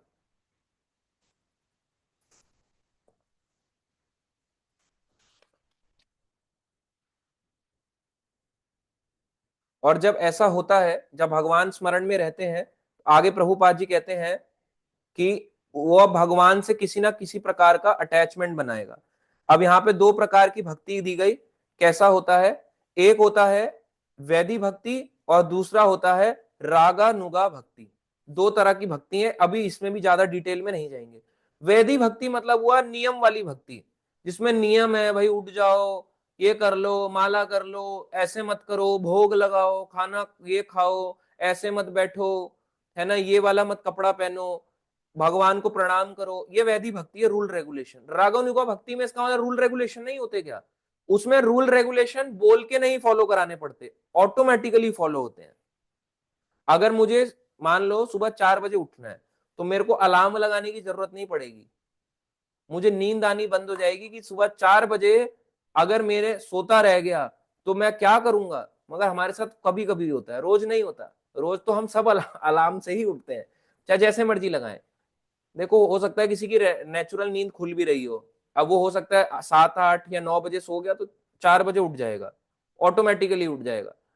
अब जो भी वो चीज करेगा उसमें ऑटोमेटिक प्रोसेस आएगा, उसको बोलना नहीं पड़ेगा क्लास ज्वाइन कर लो, वो ज्वाइन करके बैठा होगा। इसको रागानुगा भक्ति कहते हैं। उसको बोलना नहीं पड़ेगा कि चैंटिंग कर लो, उसका मन करेगा कि मैं कब समय निकालूं और चैंटिंग करूं। हमारा तो ऐसा होता है, हरे कृष्ण, 16 हो गई फाइनली, ये रही माला रख दी, और अब कल देखूंगा तेरी शक्ल, जा, एक दिन के लिए तेरे को छुट्टी दे दी मैंने, या कुछ घंटों के लिए मैं फ्री हो गया। तो ये रागुनिका भक्ति नहीं है, इसे वैदी भक्ति, वैधि से भी नीचे है ये भी। मतलब ये अभी हम साधना छोटी मोटी हम कर रहे हैं, साधना कर रहे हैं। वैधि भी में भी नियमावली बहुत ज्यादा है, मगर अभी हम साधना भक्ति पे, सिंपल आप कह सकें साधना करते हैं। मगर रागुनिका भक्ति ऑटोमेटिक आएगी। जैसे गोपियां हैं, उनको बोला नहीं जाता था कि एकादशी रखो, वो रखती थी। आज के समय हम बोलते हैं रख लो प्लीज, खा लेना कुट्टू खा लेना। गोपियों ने तो कुट्टू नहीं खाया, आलू कुट्टू, या घी नहीं पिया गोपियों ने। तो ये रागानुगा भक्ति तो नहीं है। तो रागानुगा भक्ति यानी सेल्फ, यानी इसमें कोई भगवान से लेन देन नहीं रहेगा, चाहे भगवान दे चाहे ना दे, चाहे भगवान प्रेम करे ना करे, मेरे को मतलब नहीं भगवान मुझे एक्सेप्ट कर रहे हैं नहीं कर रहे, मुझे कष्ट आ रहा है कोई बात नहीं, ये भगवान मेरे को दे रहा है, मेरे ही कर्म है। इसको रागानुगा भक्ति कहते हैं। और जिस दिन ये आएगा उस दिन फिर मान लो भगवान लेके ही जाएंगे अपने धाम, गारंटीड है। वो भगवान इस संसार में रहते हुए भी वो धाम में ही है। उसके लिए फिर इस धाम में, यानी ये अर्थ और यानी कि पृथ्वी के बाहर, उसके लिए कोई डिफरेंस नहीं बचा।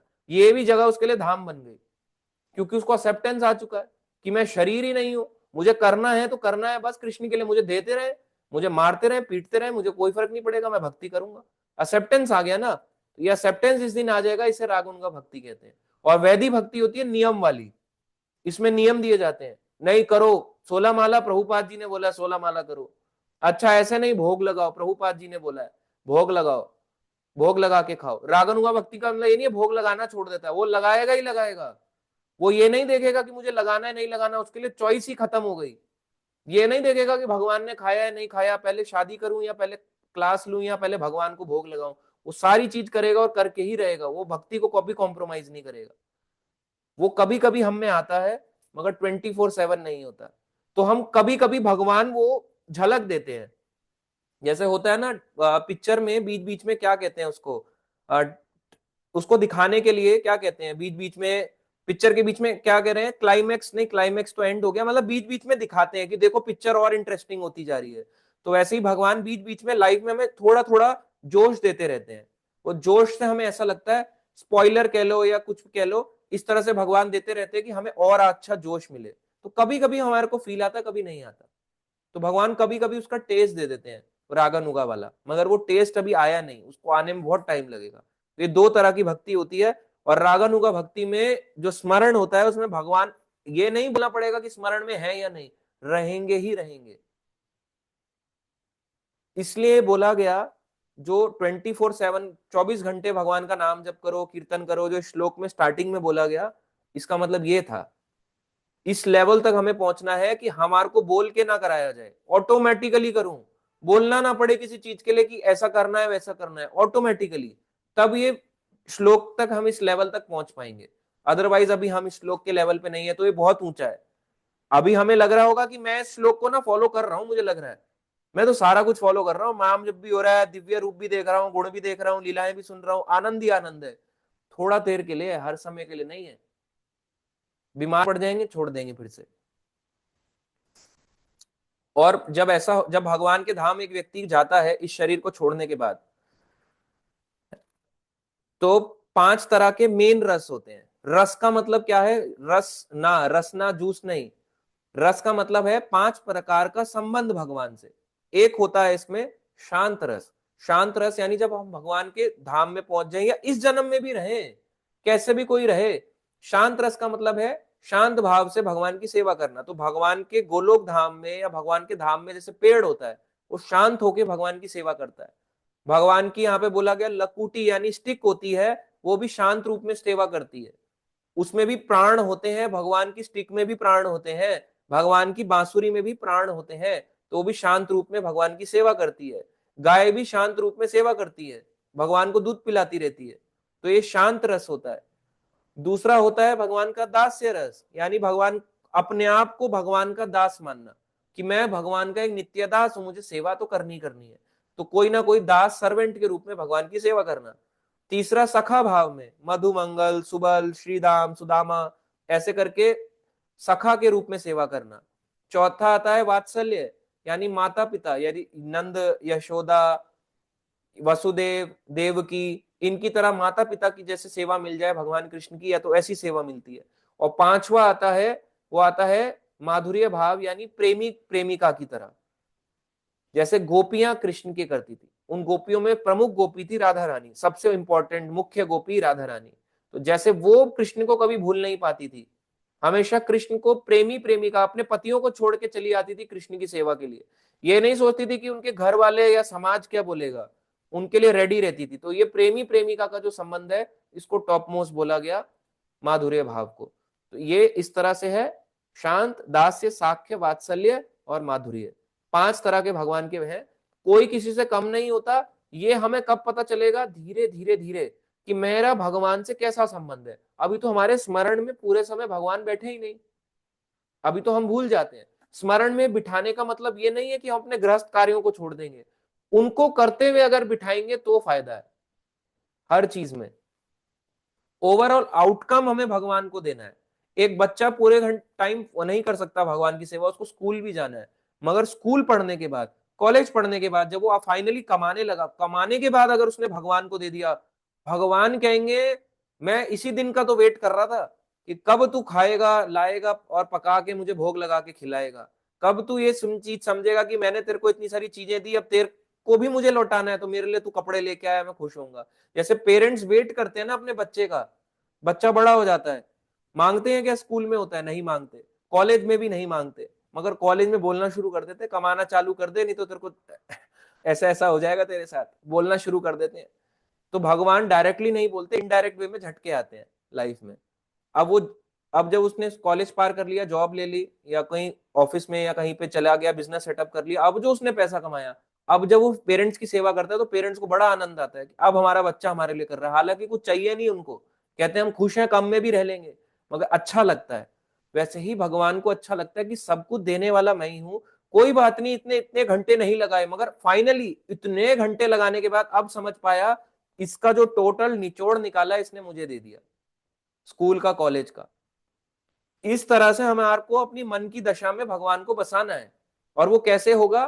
कांस्टेंट लगे रहना होगा इस प्रोसेस में, कॉन्स्टेंटली लगे रहो भक्ति के इस प्रोसेस में, छोड़ने से नहीं मामले ये बनेगा भक्ति।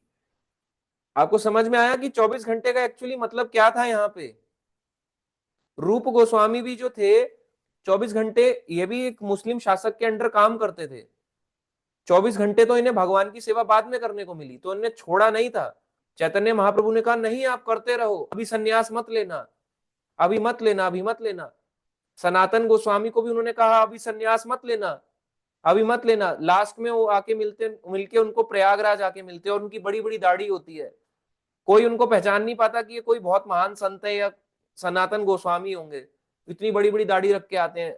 तो जब आते हैं चैतन्य महाप्रभु समझ जाते हैं कि सनातन उनका भक्त आया है, तो भारी वेशभूषा से या उससे काम सिर्फ वही नहीं, हाँ कॉपी नहीं करना ऑब्वियसली, मगर जरूरी नहीं है कि सिर्फ इतना ही सफिशिएंट है। मन के अंदर उन्होंने भगवान को 24 घंटे बसाया हुआ था, 24 घंटे हर पल पल भगवान के बारे में सोचते थे कि कब वो दिन आएगा। तो भगवान ऑटोमेटिकली परिस्थिति बनाई, उनको सन्यास दिया, वृंदावन भेजा, लीला स्थली खोज करी, और उन्हीं ग्रंथों को आज हम पढ़ रहे हैं, रूप गोस्वामी का जो है नेक्टर ऑफ इंस्ट्रक्शन। तो समय आने पे भगवान वैसी परिस्थिति अपने आप बना के देंगे, अपने आप शुद्ध भक्ति तक भगवान पहुंचाएंगे।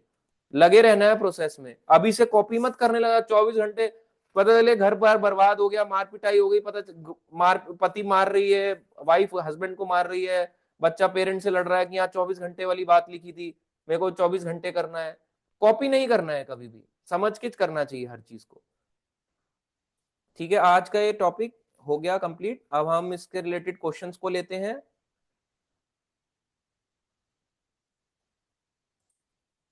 इसमें हम जो भी बात पढ़ रहे हैं, इसमें मैं आपको बताऊं, ये सब बेंचमार्क है। बेंचमार्क आप समझते हैं? टॉप क्लास मतलब इससे ऊपर नहीं है। आप सोचोगे इस लेवल पे हम अभी पहुंच जाएंगे, नहीं। ये है शुद्ध भक्ति में कैसे जाए, शुद्ध भक्ति में जाने का ज्ञान देता है ये नेक्टर ऑफ इंस्ट्रक्शन, उपदेशामृत। कैसे हम शुद्ध बनेंगे? अभी हम शुद्ध बने कहाँ हैं? अभी तभी तो पढ़ रहे हैं। शुद्ध बनेंगे तो हमें लगना है, आइडियल अभी बनने में टाइम लगेगा। ठीक है, क्वेश्चन लेते हैं। सबसे पहला चैट बॉक्स से देखते हैं किसी के, बाकी हैंड रेस कर सकते हैं जूम में। थैंक यू, सबने अच्छे से सुना क्लास को। किसी को कुछ बुरा लगा हो तो उसके लिए माफी चाहूंगा। आप सब अच्छे से बस जुड़े रहें और सीखते रहें, यही चाहता हूं, ताकि आप रेगुलर क्लास लेते रहें और टाइम से भी ज्वाइन करें। सुभाष, एक्चुअली जज ने कहा कि आप सुसाइड क्यों ना कर लेते। वाइफ ने बोला आप अभी तक आत्महत्या नहीं की, ये तो आश्चर्य की बात है, मर जाओ। अच्छा हाँ, ये वाला केस मुझे पूरा नहीं पता, पर हुआ इसी तरीके से जो आप ये लिख रहे हैं, ऐसे ही हुआ है। तो उन्होंने अपनी एक वीडियो बना के शूट करी है कि मैंने क्यों सुसाइड करा, इस कारण से उन्होंने अपना बताया। ऑब्वियसली मैं 1.5 घंटा तो नहीं देख सकता पूरा का पूरा, पर एक बेसिक क्लिप्स कुछ तो समझने के लिए देख ही सकते हैं, पढ़ सकते हैं। मतलब आमतौर पे लोग सुसाइड कर लेते हैं बहुत इन चीजों को लेके, इसलिए हमें बहुत सोच समझ के ये सब चीजें ध्यान देना चाहिए।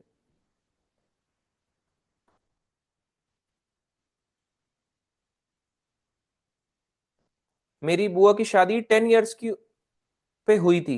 मेरे दादाजी की बड़ी सिस्टर 113 साल की है। तो देखो पहले के जमाने में जल्दी हो जाती थी तो रिस्पेक्ट किया करते थे, मगर आज के टाइम पे वुमेन हस्बैंड यानी वुमेन और हस्बैंड में, वुमेन मैन में कोई भी रिस्पेक्ट नहीं बची आपस में। हमारे यहाँ अभी भी पति का नाम नहीं लेते, पूरे इंडिया में नहीं लेते माता जी, पूरे भारत में ऐसा ही है, आज भी पति का नाम नहीं लेती माता जी।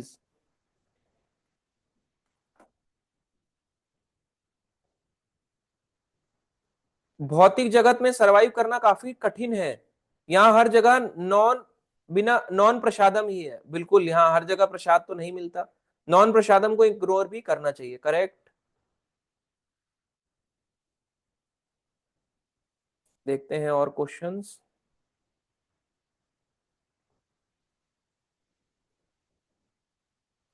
ठीक है, अरुणांशु प्रभु जी का लेते हैं तब तक। जैसा कि मेरे से, मैं जो पहले बोला था ना कि मेडिसिन को लेकर प्रभु जी क्या कर सकते हैं ना, कभी कभी ना ऐसा हो जाता है, लगा लेते हैं कुछ एक ठो, मतलब ऐसे पेन हो रहा होता है और डिस्टरबेंस हो रहा होता है, तो क्या होता है ना, मेरे पास वो टाइम थोड़ा कम ना, स्विच करना पड़ता है कि जल्दी जल्दी ये करना है ये करना है, वो तो लगा देता हूँ। और बाद में जब पता चलता है तो उसमें क्या स्टेरॉइड वेरॉइड था, ग्लूकोकॉर्टिकॉइड, सब रिसर्च करने में पता चला कि शायद नॉनवेज होगा। मैं भी क्या करूँ समझ में नहीं आ रहा है। देखो, अगर आपको मेडिसिन है, पहली चीज तो छोड़ो मत। अगर आप नहीं छोड़ दोगे तो आपको, देखो, पहले क्या हुआ कि सर्वाइवल आता है। अगर हम्म, इमीडिएटली छोड़ दोगे तो आपको, अगर मेडिसिन और नहीं मिल रही है तो पहले खाते रहो, फिर डॉक्टर से बोलो कि मुझे इसका सब्स्टिट्यूट दे दे। इमीडिएट तो कुछ पर भी बंद नहीं कर सकते। मैं बोलूंगा बंद कर दो, आपको मेडिकल इश्यू बढ़ गया, आपके पेरेंट्स कॉल कर देंगे आपने हमारे बच्चे को मार दिया। नहीं वैसा नहीं है। नहीं, एग्जाम्पल मैं दे रहा हूं, हम इमीडिएट कुछ भी बंद नहीं कर सकते, किसी का बंद करवाना भी नहीं चाहिए कि आप इमीडिएटली बोलो कि नहीं नहीं सब छोड़ दो, मैं ऐसा कह रहा हूं, ऐसा नहीं। पहले तो खाना ही पड़ेगा, उसका सब्स्टिट्यूट ढूंढो पर धीरे धीरे। नहीं था बाकी। प्रभु जी एक्चुअली आज का जो क्लास हुआ ना, उसमें मेरा मल्टीपल डाउट्स अपने आप क्लियर हुआ है। अच्छा, ठीक है, हरे अपने आप कृष्ण। क्लियर हुआ है। ठीक है, और भी कोई क्वेश्चन? कोई क्वेश्चन आपका? नहीं प्रभु जी अभी आज नहीं है। ठीक है, हरे कृष्णा। अभिमन्यु प्रभु जी का हरे लेते कृष्ण प्रभु। हैं। जी जी। हरे कृष्ण प्रभु जी, आज की क्लास बहुत अच्छी रही प्रभु थैंक यू जी। प्रभु जी। आ, जी प्रभु जी। प्रभु जी, जैसे मान लो कि आपने बताया था कि हमारे 6 गोस्वामी थे, वो उनको वो कंटिन्यूअसली वो कितने जाप करते थे प्रभु जी, जब वो गृहस्थ में थे तब वो? देखो, 6 गोस्वामी की अगर बात करें तो आमतौर पे वो कोई भी 64 माला से कम नहीं करता था, 100 पार माला ऐसे करते थे, और वो 3-3 घंटा कथा सुनना, मतलब एक्सट्रीम हो गया था उन लोगों का ना, तो हम उनको कॉपी नहीं कर सकते हैं, बिल्कुल भी ना। जी प्रभु जी, जैसे मान लो उनकी उनके हाँ, पेरेंट्स की सोच आज की पेरेंट्स की सोच में डिफरेंस है ना प्रभु जी। जैसे उनके उनके पेरेंट्स उनके को पेरेंट्स बोरिंग। भी नहीं बनने देते थे। पहली बात तो 6 गोस्वामी जो हैं, वो जी आए तो 6 गोस्वामी, मगर वो तो कृष्ण लीला की सखी, कृष्ण लीला की भगवान की गोपियां हैं, एक तरह से स्पेशल गोपियां हैं, जिनको मंजरी बोलते हैं। तो जी वो जी। जो बन के आए हैं वो तो गोपी हैं, इसलिए वो उस भाव में थे। हाँ, कोई कॉपी नहीं कर सकता, ये बात सच है। उनको कोई, किसी जी को भी हम कॉपी नहीं कर सकते, केवल 6 गोस्वामी क्या, और भी कोई आचार्य हम उनको भी कॉपी नहीं कर सकते। जी जी जी। तो प्रभु जी, जैसे मान लो कि ये जैसे मान लो कि ये क्या कहते हैं, आप धाम में जब जाते हैं तो ब्लैक कलर के जो तिलक लगाते हैं वैष्णव, तो प्रभु जी वो मतलब उनको मायावी होते हैं या नहीं होते मायावादी? नहीं, ब्लैक कलर का डिपेंड करता है। एक काला टीका आता है जो ऐसे करके लगाते हैं, वो हाँ तो हाँ। तांत्रिक लगाते हैं, वो जी वाला जी। नहीं। जैसे हम लोग लगाते हैं उसको राधा कुंड का तिलक कहते हैं, राधा कुंड की आप कह सकते हो मिट्टी जो है वो राधा कुंड का तिलक है, उसको वो लोग लगाते हैं। पर प्रभुपाद जी कहते हैं गोपी चंदन लगाओ, क्योंकि गोपियों गोपियों का चंदन भी तो राधा रानी का ही चरण रज है। हम्म। जो ये चरण रज है, जब गोपियां, भगवान के दर्द हो रहा था द्वारकाधीश के, तो नारद मुनि गोपियों को लेके आए, तो जब गोपियों को लेके आए तो गोपियों ने दी, तो उसमें गोपी में क्या राधा रानी नहीं होंगी? ये थोड़ा जी ना जी। बोलेंगे राधा रानी आप यहीं रुकिए, बाकी गोपियां मेरे साथ चलिए। ऐसा थोड़ा ना बोलेंगे। तो सारी की सारी गोपियां भगवान की द्वारका धाम में आई, यानी द्वारका वहां पे आई, और द्वारकाधीश के सर पे ऐसे करके ये वाल, मतलब उन्हें चरण रज को ऐसे लगा दिया। इस तरह से लगाने से जो हम तिलक लगा रहे हैं ये गोपियों की चरण रज है, तो इसमें राधा रानी भी है उन गोपियों में काउंट। ऐसा नहीं जी है, जी। राधा रानी, राधा कुंड का जो तिलक है वो राधा रानी है, ये बोला जाता है, ये बात सच है। राधा कुंड और राधा रानी सच है, मतलब एक ही माना जाता है। और उनका तिलक बोलते हैं कि राधा रानी की चरण रज को धारण किया, तो ये भी तो राधा रानी की चरण रज है। हाँ, उसकी इंपॉर्टेंस ज्यादा है, मगर इसका मतलब ये नहीं है इसकी इंपॉर्टेंस कम है। गीता में कवर पेज में भगवान यही लगाते हैं, इन्होंने भी यही लगाया हुआ है येलो कलर का, तो हम कौन से संप्रदाय को फॉलो कर रहे हैं फिर? जी जी जी। तो प्रभु जी जैसे मान बस लो कि मेरा एक लास्ट क्वेश्चन था, जैसे मान लो कि जब जिस दिन एकादशी होती है तो उस दिन मोस्टली कहते हैं कि जितना चैंट मतलब पॉसिबल हो उतना करो। तो प्रभु जी जैसे मान लो कि हम जनरली वर्किंग डे पे जब एकादशी आती है तो उस टाइम हमारा कॉन्शियस कैसे बन पाएगा प्रभु जी भगवान श्री कृष्ण पे, क्योंकि एकादशी में बहुत। कैसे कैसे भगवान की, मतलब आप ये कह रहे हैं कैसे भगवान को सोचते रहे हर समय? हाँ मतलब जिस दिन जैसे मान लो वर्किंग डे होता है और बॉस छुट्टी हाँ, नहीं देता है तो ऑन छुट्टी तो ऑन द वे। नहीं, देखो काम तो करना ही पड़ेगा प्रभु जी, उसको तो छोड़ नहीं सकते। अब आप सोचेंगे तो मुश्किल ही है। तो आप ये कर सकते हो, बस उनको अपना टाइम ले सकते हो। देखो हर कोई टाइम लेता है, हालांकि ये गलत भी है हमारे इंडिया में, भारत में स्पेशली। आप एयरपोर्ट में जाओ, एयरपोर्ट में, है ना, कई आजकल तो कई लड़के लड़कियां दिखाते भी हैं कि मैं एयरपोर्ट में गया, वहां पे वो दिखा रहे हैं मैं प्रेइंग रूम में गया, प्रेयर रूम में। प्रेयर रूम में जाके आपको सबसे ताजुब की बात यह है कि उसका नाम है प्रेयर रूम, मगर एक भी आप कह सकते हो सो कॉल्ड हिंदू नहीं होता पूरे एयरपोर्ट में प्रेयर रूम है। अगर किसी ने फ्लाइट से ट्रेवल किया वो देख सकता है, ट्रेन में जनरली नहीं दिखेगा, आपको फ्लाइट में दिखेगा। एक भी आदमी प्रेयर रूम में नहीं होता। हाँ, कोई भक्त गलती से पहुंच गया हरे कृष्णा करते हुए अलग बात है, वो देखेगा कि एक भी मेरे जैसा नहीं दिख रहा, या उसको एक दो दिख जाए वो भी आप ही की तरह होंगे जिनमें बहुत भक्ति होगी, मगर कोई नहीं होता। हाँ ठीक है, किसी को फ्लाइट पकड़नी है जल्दीबाजी में, वो नहीं रुकेगा, क्यों रुकेगा, उसको फ्लाइट पकड़नी है, फ्लाइट छूट जाएगी। मगर जो सुबह से आके बैठा हुआ है, फ्लाइट शाम की है या वेटिंग चल रही है उसकी फ्लाइट की, या बीच से उसने एक फ्लाइट को छोड़ के दूसरी फ्लाइट लेनी है, बीच में जो प्रेयर रूम होता है वो खाली पड़े हुए हैं, प्रेयर रूम पूरे के पूरे प्रेयर रूम खाली हैं। क्यों खाली हैं? क्योंकि लोगों के पास टाइम ही नहीं है। इतना टाइम कहाँ है, लोग रुकना ही नहीं चाहते वहां पे। लोग पेप्सी पीना चाहते हैं, माजा, फैंटा, लिम्का, इनमें अपना टाइम खराब करना चाहते हैं, लाउंज में बैठना चाहते हैं, मगर कोई प्रेयर रूम में नहीं जाना चाहता। तो प्रेयर के लिए अब आप देखो वही कस्टम यहाँ पे स्कूल्स में भी है, वही कस्टम हमारे यहाँ कॉलेज में भी है, वही कस्टम ऑफिस में भी है। किसी को नमाज पढ़नी होगी, यस आपको अलाउड है, जाइए बाहर जाइए आराम से पढ़ के आइए, आपके लिए हम अलग टाइम दे देंगे, लंच टाइम से अलग दे देंगे। और वहीं हम कोई बोलेंगे मेरा फास्ट है, थोड़ा सा प्रेयर कर लूं, कहेंगे पागल है क्या, काम कर चल, तेरे को इसलिए छुट्टी दी थी, इसलिए तेरी वो बढ़ाई, इसलिए तेरे को सैलरी दे रहे हैं। तो यही तो कलयुग है, यही तो इफेक्ट कर रहा है। और क्यों कर रहा है? क्योंकि हम अपनी जनरेशन को शिक्षा नहीं दे रहे। और जो उस बॉस की पोजीशन पे बैठा है वो भी तो किसी का बच्चा ही था, जो सीईओ है वो भी तो किसी का बेटा ही है, डायरेक्टर भी तो किसी का बेटा ही है, क्योंकि शिक्षा ही उसको नहीं मिली। तो उसी घिसे पिटे गधे की जिंदगी वो जी रहे हैं, और आगे गधे की फौज करेगी मौज, वही चल रहा है। ऐसा है नहीं, पर लोगों को बेचारों को तड़पाया जा रहा है, स्लेव्स बना बना के लोगों को इसलिए तड़पाया जा रहा है क्योंकि लोग कंपेरिज वो लोग कर नहीं रहे हैं ये सारी चीजें। आप कुछ कह जी कर नहीं सकते। मांग सकते हो टाइम तो बहुत अच्छा है, नहीं मांग सकते तो उनको बोलो भाई फास्ट है 5 मिनट दे दो, सर फट रहा है, झूठ बोल के टाइम ले लो और अपना कुछ कर लो चैंटिंग। और क्या कर सकते हो? अगर भगवान का स्मरण फिर भी नहीं आ रहा तो फिर और क्या कर सकते हो प्रभु जी? वो तो जॉब करनी है, उसके आगे पीछे में कर लो, ट्रैवलिंग में कर लो। जी। तो प्रभु जी हम जो शुरू से करते हुए आ रहे हैं तो वो तो भगवान चैटिंग एक्सेप्ट कर रहे हैं हमारी। क्यों नहीं कर रहे? सब कर रहे हैं। नहीं जैसे मान लो हम आज तक बिना कॉन्शियस के करते हुए आ रहे हैं ना, जैसे। कॉन्शियसनेस में तो अभी है ही नहीं ना भगवान, अभी तो बिठाना है। वो तो कभी कभी आते हाँ। हैं, हर वक्त थोड़ा ना बैठे हैं। इफेक्ट तो इसका होता ही होता है। चैंटिंग कभी विफल नहीं जाती, कोई कैसे भी जपे, इसका इफेक्ट तो आएगा ही आएगा। जी धन्यवाद प्रभु जी, यही मेरा क्वेश्चन। हरे कृष्णा। हरे। वैशाली माने माता जी। हरे कृष्णा प्रभु जी। हरे कृष्णा प्रभु हाँ जी। जी माता जी। प्रभु जी अभी आपने बताया कि अगर कोई भक्त भक्ति कर रहा है और उसकी भक्ति अभी पूरी नहीं हुई है, मतलब 100% उसकी नहीं पूरी हुई, तो भगवान उसकी मदद करते हैं और उसको अगला जन्म मनुष्य का दे देते हैं। हाँ, तो क्या प्रभु जी पहले पिछले जन्म की भक्ति भी उसमें काउंट होती है? क्यों नहीं होगी? वो भी काउंट होगी, सारा काउंट होगा। जितने जन्मों में इसने जितनी परसेंटेज जोड़ी हो सब काउंट होगा। और प्रभु जी वो अगले जन्म में भी भक्त ही बनेगा क्या? हाँ भक्त बनेगा, मगर चॉइस उसके हाथ में है। माला उसको पकड़नी है नहीं पकड़नी, ये उसकी चॉइस बनी रहेगी। नहीं पकड़ना चाहता तो भगवान भी कुछ नहीं कर सकते, कोई फोर्स नहीं कर सकता। ये उसके हाथ में है कि मुझे भक्ति करनी है दोबारा से या नहीं करनी। तो अगर प्रभु जी उसने अगले जन्म में भक्ति नहीं की तो क्या होगा उसका प्रभु जी? अगर अगला जीवन मान लो मनुष्य का मिल गया और उसने भक्ति नहीं करी तो फिर नीचे की योनियों में चला जाएगा, मगर उसको चांस ज्यादा मिलेगा। इतनी जल्दी भगवान भी नहीं छोड़ेंगे, उसको चांस देते रहेंगे देते रहेंगे। अब वो नहीं करना चाहे, हठी आदमी है, तो फिर कुछ नहीं कर सकते।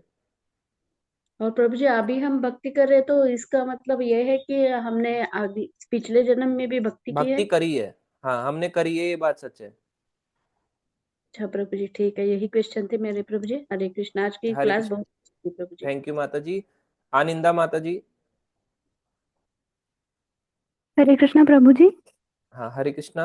हाँ जी, हाँ जी प्रभु जी। तो फिर मेरा क्वेश्चन था कि हम जब शास्त्र पढ़ते हैं तो फिर हम देखते हैं जैसे कि भागवतम है, उसका जो 5वां स्कंद है आता है, वो पूरा ब्रह्मांड का जिस तरह से वो वर्णन देता है। तो जब हम उसको अपनी खुद की छोटी बुद्धि से समझने की कोशिश करेंगे, फिर हमें रियलाइज होगा कि नहीं, ये तो पॉसिबल ही नहीं है, कि ये कैसे हो सकता है कि जैसे वो बताते हैं कि चंद्रमा एक्चुअली दूर है। तो फिर हम मतलब कैसे हमारा विश्वास बढ़ेगा कि यहाँ पे जो सब लिखा है वो सच, मतलब सच्ची है एकदम, और हम उसमें अपना कॉन्शियसनेस ना लगाएं। देखो सच्चाई माता जी पता है कैसे पता चलती है, जब हम उतने ज्यादा लोगों को फॉलो करते हुए देखते और सुनते हैं अपने साथ के लोगों को। ऐसा होता है नहीं होता है? अभी या कोई हाँ बोले जी, पता हाँ है जी, सेल लगी है वहां पे चलो फटाफट चलो, तो सच में लगता है कि सेल लगी है, चाहे वहां जाके पता चले कि दुगने प्राइस पे बेच रहा है। हाँ जी, हाँ पर जी। फील तो हो जाता है ना कि हाँ ये लोग बोल रहे हैं, तो ट्रस्ट आता है। तो उसी से ट्रस्ट बनेगा जब हम उनके जैसे लोगों को फॉलो करते हुए देखें, हम्म। ट्रस्ट बढ़ता है इस तरह से। और देखो ये चीज तो है ही सच, क्योंकि भागवतम में देखो कल एक क्लास होगी भागवत की महिमा, वो भी आप सुनना। भागवतम की हम्म, इतनी महिमा है कि किसी को ना भी पता हो कि ऐसा सच होगा या नहीं होगा, फिर भी अगर वो सुन रहा है कान से कि वह पढ़ रहा है। हम्म, मगर भगवान को इस तरह से असर करते हैं, जैसे एक बुखार है उसका पीसीएम से, अब उसको पता नहीं पीसीएम क्या काम करती है पेट के अंदर, कौन से रिएक्शन हुए हैं, कहाँ से कहाँ गया, पर वो बुखार को उतार देती है। वैसे ही भागवतम अपनी जगह काम करती है, और भगवान का हरि नाम भी अपनी जगह काम करता है। चाहे किसी को समझ आए ना आए, पेट के अंदर जाएगा यानी कानों के अंदर जाएगा और बुखार को दूर कर देगा, या हमारे पापों को दूर कर देगा धीरे धीरे, चाहे वो उसको फेथलेस होके भी पढ़े। ओके प्रभु जी। तो फिर प्रभु जी जब हमें ऐसा ख्याल आएगा कि ये शायद मतलब सही नहीं है, या फिर हम अपना तर्क बिठाना की करेंगे, तो फिर वो अपराध होगा क्या वो ग्रंथ के प्रति? देखो अपराध तो होता है, पर डरना नहीं चाहिए कि क्या होगा, भगवान ऐसा तो नहीं नरक में उठा के डाल देंगे, ऐसा नहीं है। पर हाँ शास्त्र हाँ की जी। बात है तो सच्ची होगी। ओके, कई मतलब बार हमको वो एज इट मैंने इज भी ये एक्सेप्ट डाउट करना किए थे। चाहिए। जब मैं फर्स्ट टाइम गीता ली थी, तो गीता लेने के बाद मैंने सबसे पहले स्कॉन की गीता, प्रभुपाद जी की गीता को मल्टीपल गीता से कंपेयर करना शुरू कर दिया। मल्टीपल, मैंने कहा ये गलत लिखा है, गलत लिखा है, गलत लिखा है, गलत लिखा है। गलत करते करते हाँ। करते करते गीता पढ़ ली पूरी। अच्छा। तो हाँ, गलत को ढूंढ, मैं यही सोचने निकला था कि गलत होगा, मैं अपने फ्रेंड को प्रूव करके दिखाऊंगा कि ये गलत है। उसने भी नहीं पढ़ी थी और मैंने पढ़ हाँ, ली, हाँ, मैं हाँ, पढ़ ली, मैं आगे हाँ बढ़ जी। गया। पर मैं यही हाँ, मतलब ढूंढने हमको निकला वो था। करते करते वो अपने आप ही फेथ भगवान दे फेथ देंगे। आ जाता है, गलत नहीं है हाँ, पर गलत गीता भी मिलती है मार्केट में, हाँ वो नहीं पढ़ना जी चाहिए प्रभु था। जी। गलत वो नहीं पढ़ना चाहिए, इसलिए पूछ लो कि क्या चीज सही है। जिस प्रभु जी मैंने ना मतलब यूट्यूब पे देखा कि कोई जो स्कॉलर्स होते हैं ना, जो कि ये पढ़ते हैं अपने हिसाब से, ग्रंथ वगैरह अपनी स्टडी करते हैं, वो कहते हैं कि जिस तरह से लिखे ना, जैसे कि राम भगवान जी का शासन वो 11,000 तक चला, तो फिर वो ऐसे बताते कि वो आप अपने हिसाब से ले लो, कि वो तो बस ऐसे ही उन्होंने लिख दिया है कि लिखने के नहीं नहीं पर्पस ऐसा में। कुछ नहीं है, तो नहीं वो लिखने की पढ़ बात भी थोड़ी रहे ना है। हैं। हाँ, कि प्रभु जी वो एक तो पढ़ भी रहे हैं, ग्रंथ पढ़ भी रहे हैं, उनके हिसाब से स्टडीज भी कर रहे हैं, मतलब प्रॉपरली वो स्कॉलर्स हैं, पर फिर भी इस तरह से बोल रहे हैं कि आप अपने फेथ हिसाब नहीं से है ना मतलब माता वो जी, कर लो। फेथ नहीं है। हाँ जी।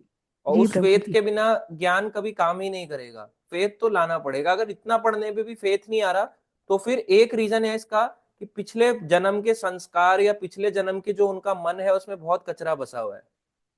जी प्रभु जी। इतना पढ़ने पे भी फेथ नहीं आ रहा तो। ओके प्रभु जी। थैंक यू प्रभु जी। ठीक है, हरे कृष्णा माता जी। हाँ, हरे कृष्ण प्रभु जी। ओके। ठीक है, कुछ क्वेश्चन है चैट बॉक्स के, तो ये भी लेते हैं साथ साथ।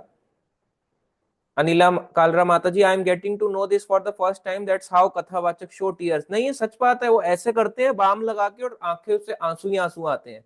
उस हिसाब से तो प्रभुपाद जी को दिन भर रोते रहना चाहिए था, हर समय थोड़ा ना रोते थे वो तो, पर आजकल ऐसा हो चुका है। आपने बहुत इजी वे में समझाया ज्योति पांडे माता जी, थैंक यू माता जी। कनिका माता जी, प्रभु जी बीच बीच में मैं ध्यान भटकता है। ये बात सच है, सबका भटकता है चैंटिंग करते हुए। अभी हम उस स्टेज पे क्योंकि नहीं है, किसी का कम है, किसी का ज्यादा भटकता है, पर लगे रहना है, प्रोसेस को फॉलो करते धीरे धीरे हो जाएगा। कब होगा ये हमारी श्रद्धा पे है, हमारी भक्ति पे है।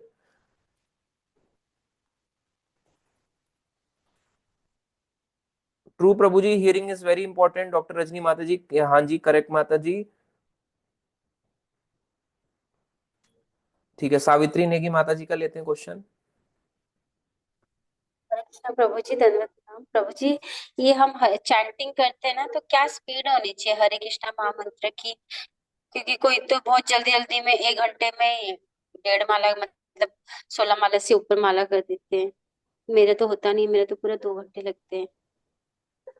तो अच्छा क्या ठीक है, स्पीड हाँ। होनी अच्छा, चाहिए? स्पीड 2 घंटे तो देखो सही है, पर कई लोग बहुत तेज करते हैं, हरे कृष्ण कृष्ण हरे कृष्ण कृष्ण हरे राम, इतनी जल्दी नहीं करना चाहिए कि बोला ही क्या उसने। बहुत जल्दी नहीं करना चाहिए। आमतौर पे जो एक बेसिक स्पीड बताई गई तो वो यही होती है, हरे कृष्णा कृष्ण कृष्ण हरे हरे, हरे राम राम राम हरे हरे। ये एक बेसिक स्पीड है कि जिसमें सारे लेटर सारे वर्ड 16 वर्ड वो बोल रहा है। ये एक बेसिक स्पीड है। अब कोई इसको तेज भी करेगा तो कितना तेज कर लेगा, हरे कृष्ण कृष्ण कृष्ण हरे हरे, हरे राम राम हरे हरे। अब इसको और स्पीड में ले जाओगे तो समझ ही नहीं आएगा, हरे कृष्ण हरे हरे हरे हरे हरे, तो उसको समझ ही नहीं आएगा वो कि चैंटिंग कर रहा था या उसने बाहर लेके कर रखा था इसको। तो जो करो वो क्वालिटी होना चाहिए। मतलब ऐसा भी नहीं कि दो क्वालिटी के चक्कर में एक ही माला करे, मतलब पहले 16 माला करे, फिर उस 16 में धीरे धीरे करके क्वालिटी लाए। तो सिंपल ठीक है, 2 घंटे लग रहे हैं, 1.5 2 घंटा ठीक है, एक एवरेज टाइम इतना ही लगता है। धन्यवाद। ठीक है, हरे कृष्णा माता जी। थैंक यू अंजुल प्रभु जी। अभिषेक प्रभु जी का हाउ टू इंक्रीज चैंटिंग प्रभु जी। हाँ, ये हर कोई पूछता है कि चैंटिंग में पहले तो मन ही नहीं लगता, बढ़ाऊं क्या? ये भी सबका क्वेश्चन है। अगर आपका मन नहीं लगता, देखो ये मैं हर किसी के लिए नहीं कह रहा, ये एक प्रैक्टिकल टिप है। इसको उठा के कभी भी आप इसको प्रैक्टिकल टिप ना समझे, प्रैक्टिकल टिप नहीं है ये। पर आम तौर पे अगर आपको माला बढ़ानी है, एक हाथ में फोन लो, एक हाथ में माला लो, और ऐसे ऐसे करके फोन स्क्रॉल करते रहो। कि लोगों को हाथ चलाने की आदत होती है, स्क्रॉल करते हुए माला करो। कम से कम आपकी माला तो हुई, इस बहाने कुछ तो गया दिमाग में, जीरो से तो बेटर ही है। इस तरह से करो, या बातें करते हुए माला करो, माला हाथ में पकड़ लो, बातें करो। ये कोई परमानेंट परफेक्ट आंसर नहीं है, शुरुआत में ऐसी होता है। पर ये नहीं कि जिंदगी भर ऐसी रह जाए। शुरुआत में ऐसा कर सकते हैं बढ़ाने के लिए। जब 16 एक बारी आप टच कर गए, एक बारी 16 टच कर गए, एक पर फिर भी कुछ माला ऐसी होनी चाहिए, 1 या 2 माला जो शांति से बैठ के करें। अगर एक भी नहीं होती तो पहले तो आप भाई कैसे भी करो माला, चलते फिरते करो, दौड़ते हुए करो, जॉग करते हुए करो, माला पकड़ लो बस हाथ में। कुछ भी नहीं हो रही तो 1 2 माला होने लग गई, 4 माला होने लग गई, एक माला ढंग से कर लो। अगर नहीं हो रही ढंग से, बाकी माला कम से कम बात करते हुए, फोन यूज करते हुए कर लो। पर ये परफेक्ट नहीं है, कर सकते हैं, पर बुराई भी नहीं है। और इसके बाद धीरे धीरे करके जब 16 पे पहुंच गए, अब 16 जैसे तैसे करके पहुंच गए, उसके बाद आप फोन को छोड़ सकते हो। कोशिश करो कि अब पहले मैं 8 माला बैठ के करता था या बैठ के चल के करता था बिना फोन के, 8 फोन देखते हुए या बात करते हुए, फिर 10 पे आओ, फिर 12 पे आओ, फिर 16 नॉर्मल करो जैसे अच्छे से चैंट करते हैं। पर इस तरह से आप कर सकते हो। और वॉक करते हुए चैंटिंग अगर करोगे तो आपकी इंक्रीज हो जाएगी। एक ही जगह बैठ के करोगे तो चैंट इंक्रीज नहीं होता। आशीर्वाद मेरा प्रभु जी। प्रभु जी, कल एक पिकनिक हो रही है खीर चोर गोपीनाथ जी के यहाँ, तो घर से बहुत दूर होने के कारण घर वाले जाने नहीं दे रहे हैं, क्या करना ठीक है? ये तो बहुत अच्छा है, वहां पे पिकनिक ले जा रहे हैं तो आपको जाना चाहिए। वो भी पिकनिक अगर कॉलेज ले जा रहे हैं तो इससे अच्छा तो क्या ही हो सकता है, वो भी पिकनिक में भी यहाँ ले जा रहे हैं तो फिर तो चले जाओ। अगर नहीं जाने दे रहे तो फिर प्रार्थना कर सकते हो, फिर हम तो मुश्किल ही है और क्या करेंगे। पर अच्छा है, खीर चोर गोपीनाथ वाली लीला हमने गोवर्धन में ही बताई, और ये खीरचोर गोपीनाथ का मंदिर है ओडिशा में। Why people are not loyal who are materialistic? Abhishek Prabhu ji, materialistic लोग लॉयल क्यों नहीं होते? क्योंकि उनको भगवान नहीं पता ना, भगवान के बारे में पता ही नहीं। उनको लगता है कि भगवान कुछ है ही नहीं, हमारे को कोई देख रहा है, इसलिए उनपे ट्रस्ट फैक्टर बनाना और मुश्किल हो जाता है। ठीक है, अरुणांशु प्रभु जी कह रहे हैं डिनर के लिए जा रहे हैं, कोई बात नहीं। ब्रज रज भी लगा सकते हैं, लगा सकते हैं। पूनम माता जी, थैंक यू। मधुर माता जी, पूनम गुप्ता माता जी कह रही हैं तिलक कैसे लगाएं, राधा कुंड में तो जल होता है, उसकी मिट्टी का वो भी बनता है, तिलक के छोटे छोटे मिलते हैं, पर वो ना ले। हमें गोपी चंदन ही लगाना चाहिए, ये बेस्ट रहता है। वो तभी लगाएं जब हम बहुत हाईली एग्जॉल्टेड अपने आप को समझने लग गए या है। वो लगाते थे, 6 गोस्वामी भी लगाते थे, उसमें डाउट नहीं है, क्योंकि राधा कुंड पे रहा करते थे। पर उनको एकदम से कॉपी ना करें, और उनके जो वहां पे रह रहे हैं जो राधा कुंड पे भी, उनको भी कॉपी ना करें। बहुत से लोग राधा कुंड पे जाते हैं, वापस घूम फिर के घर बेच के वापस दिल्ली भी आ जाते हैं जब उनका काम चलना वहां बंद हो जाता है। इसलिए कभी कॉपी ना करें। पीला रंग का तिलक लगाएं जैसे हम लगाते हैं, सिंपल तिलक। अगर ये भी नहीं लगता तो शुरुआत में टीका टीका करके लगाएं, या ऐसे करके लगाएं सिंपल, अगर शुरुआत में नहीं लगता तो। प्रीति शर्मा माता जी, थैंक यू प्रभु जी, बहुत अच्छी क्लास रही, काफी अच्छे क्वेश्चन क्लियर हो गए। थैंक यू प्रीति शर्मा माता जी। कोमल माता जी कह रही है बहुत अच्छी क्लास रही, थैंक यू। ज्योति पांडे माता जी कह रही है प्रभु जी जूम ऐप पर आप मंथ आपको कितना अमाउंट पे करना पड़ता है, हम सभी भक्तों को मिलकर हेल्प करना चाहिए, अगर आप अलाउ करें, अगर आप करना चाहें कर सकते हैं मिल के हेल्प भी। इसका जो अमाउंट होता है ये 5000 to 6000 के बीच में रहता है। ये ईयरली है, मंथ का नहीं, ईयरली इसका होता है। ठीक है, तो आप जो करना चाहें वो कर सकता है कोई, अगर पर कोई फोर्स नहीं है। मेन चीज आप सब क्लास लें और जुड़े रहें। मुस्लिम स्ट्रांगली फॉलो करते हैं अपने रिलीजन को, इसलिए others also support them, correct, बिल्कुल सही है, ऐसा ही होता है। सुसाइड अंकिता निधि माता जी, सुसाइड अटेम्प्ट्स मैंने भी किए हैं, बार बार अलग रीजन से किए थे, क्योंकि घर में बहुत सारा काम कराते थे, डस्टिंग कुकिंग करा रहे थे, तो ऐसे ही वजह से आपको प्रेशर लगा। ससुराल में काफी बड़ा मैसेज है माता जी आपका। ठीक है माता जी, आप, ये बात सच है, ऐसा होता है, पर आप भक्ति ना छोड़ें। देखो सुसाइड अटेम्प्ट्स आपने करे, पर अब तो आप नहीं कर रहे हो ना, अब तो आप पहले से कम इतना तो माइंडली आपको हो गया है कि हमें ये सब नहीं करना है। तो हरे कृष्णा प्रभु जी, क्या आप श्रीमद् भागवतम की क्लास ले सकते हो, जैसे आप भगवत गीता क्लास लेते हो, कुछ कुछ टॉपिक्स पे लेंगे, अब वही करेंगे, जैसे नेक्टर ऑफ इंस्ट्रक्शन हो जाएगा ऐसे अलग अलग टॉपिक्स पे लेंगे, और कल भी है एक, उसको भी ज्वाइन करें। Thank you very much Prabhu ji for such a nice class, आपके लेक्चर से क्लैरिटी आती है फिलोसफी में, थैंक यू प्रभु जी।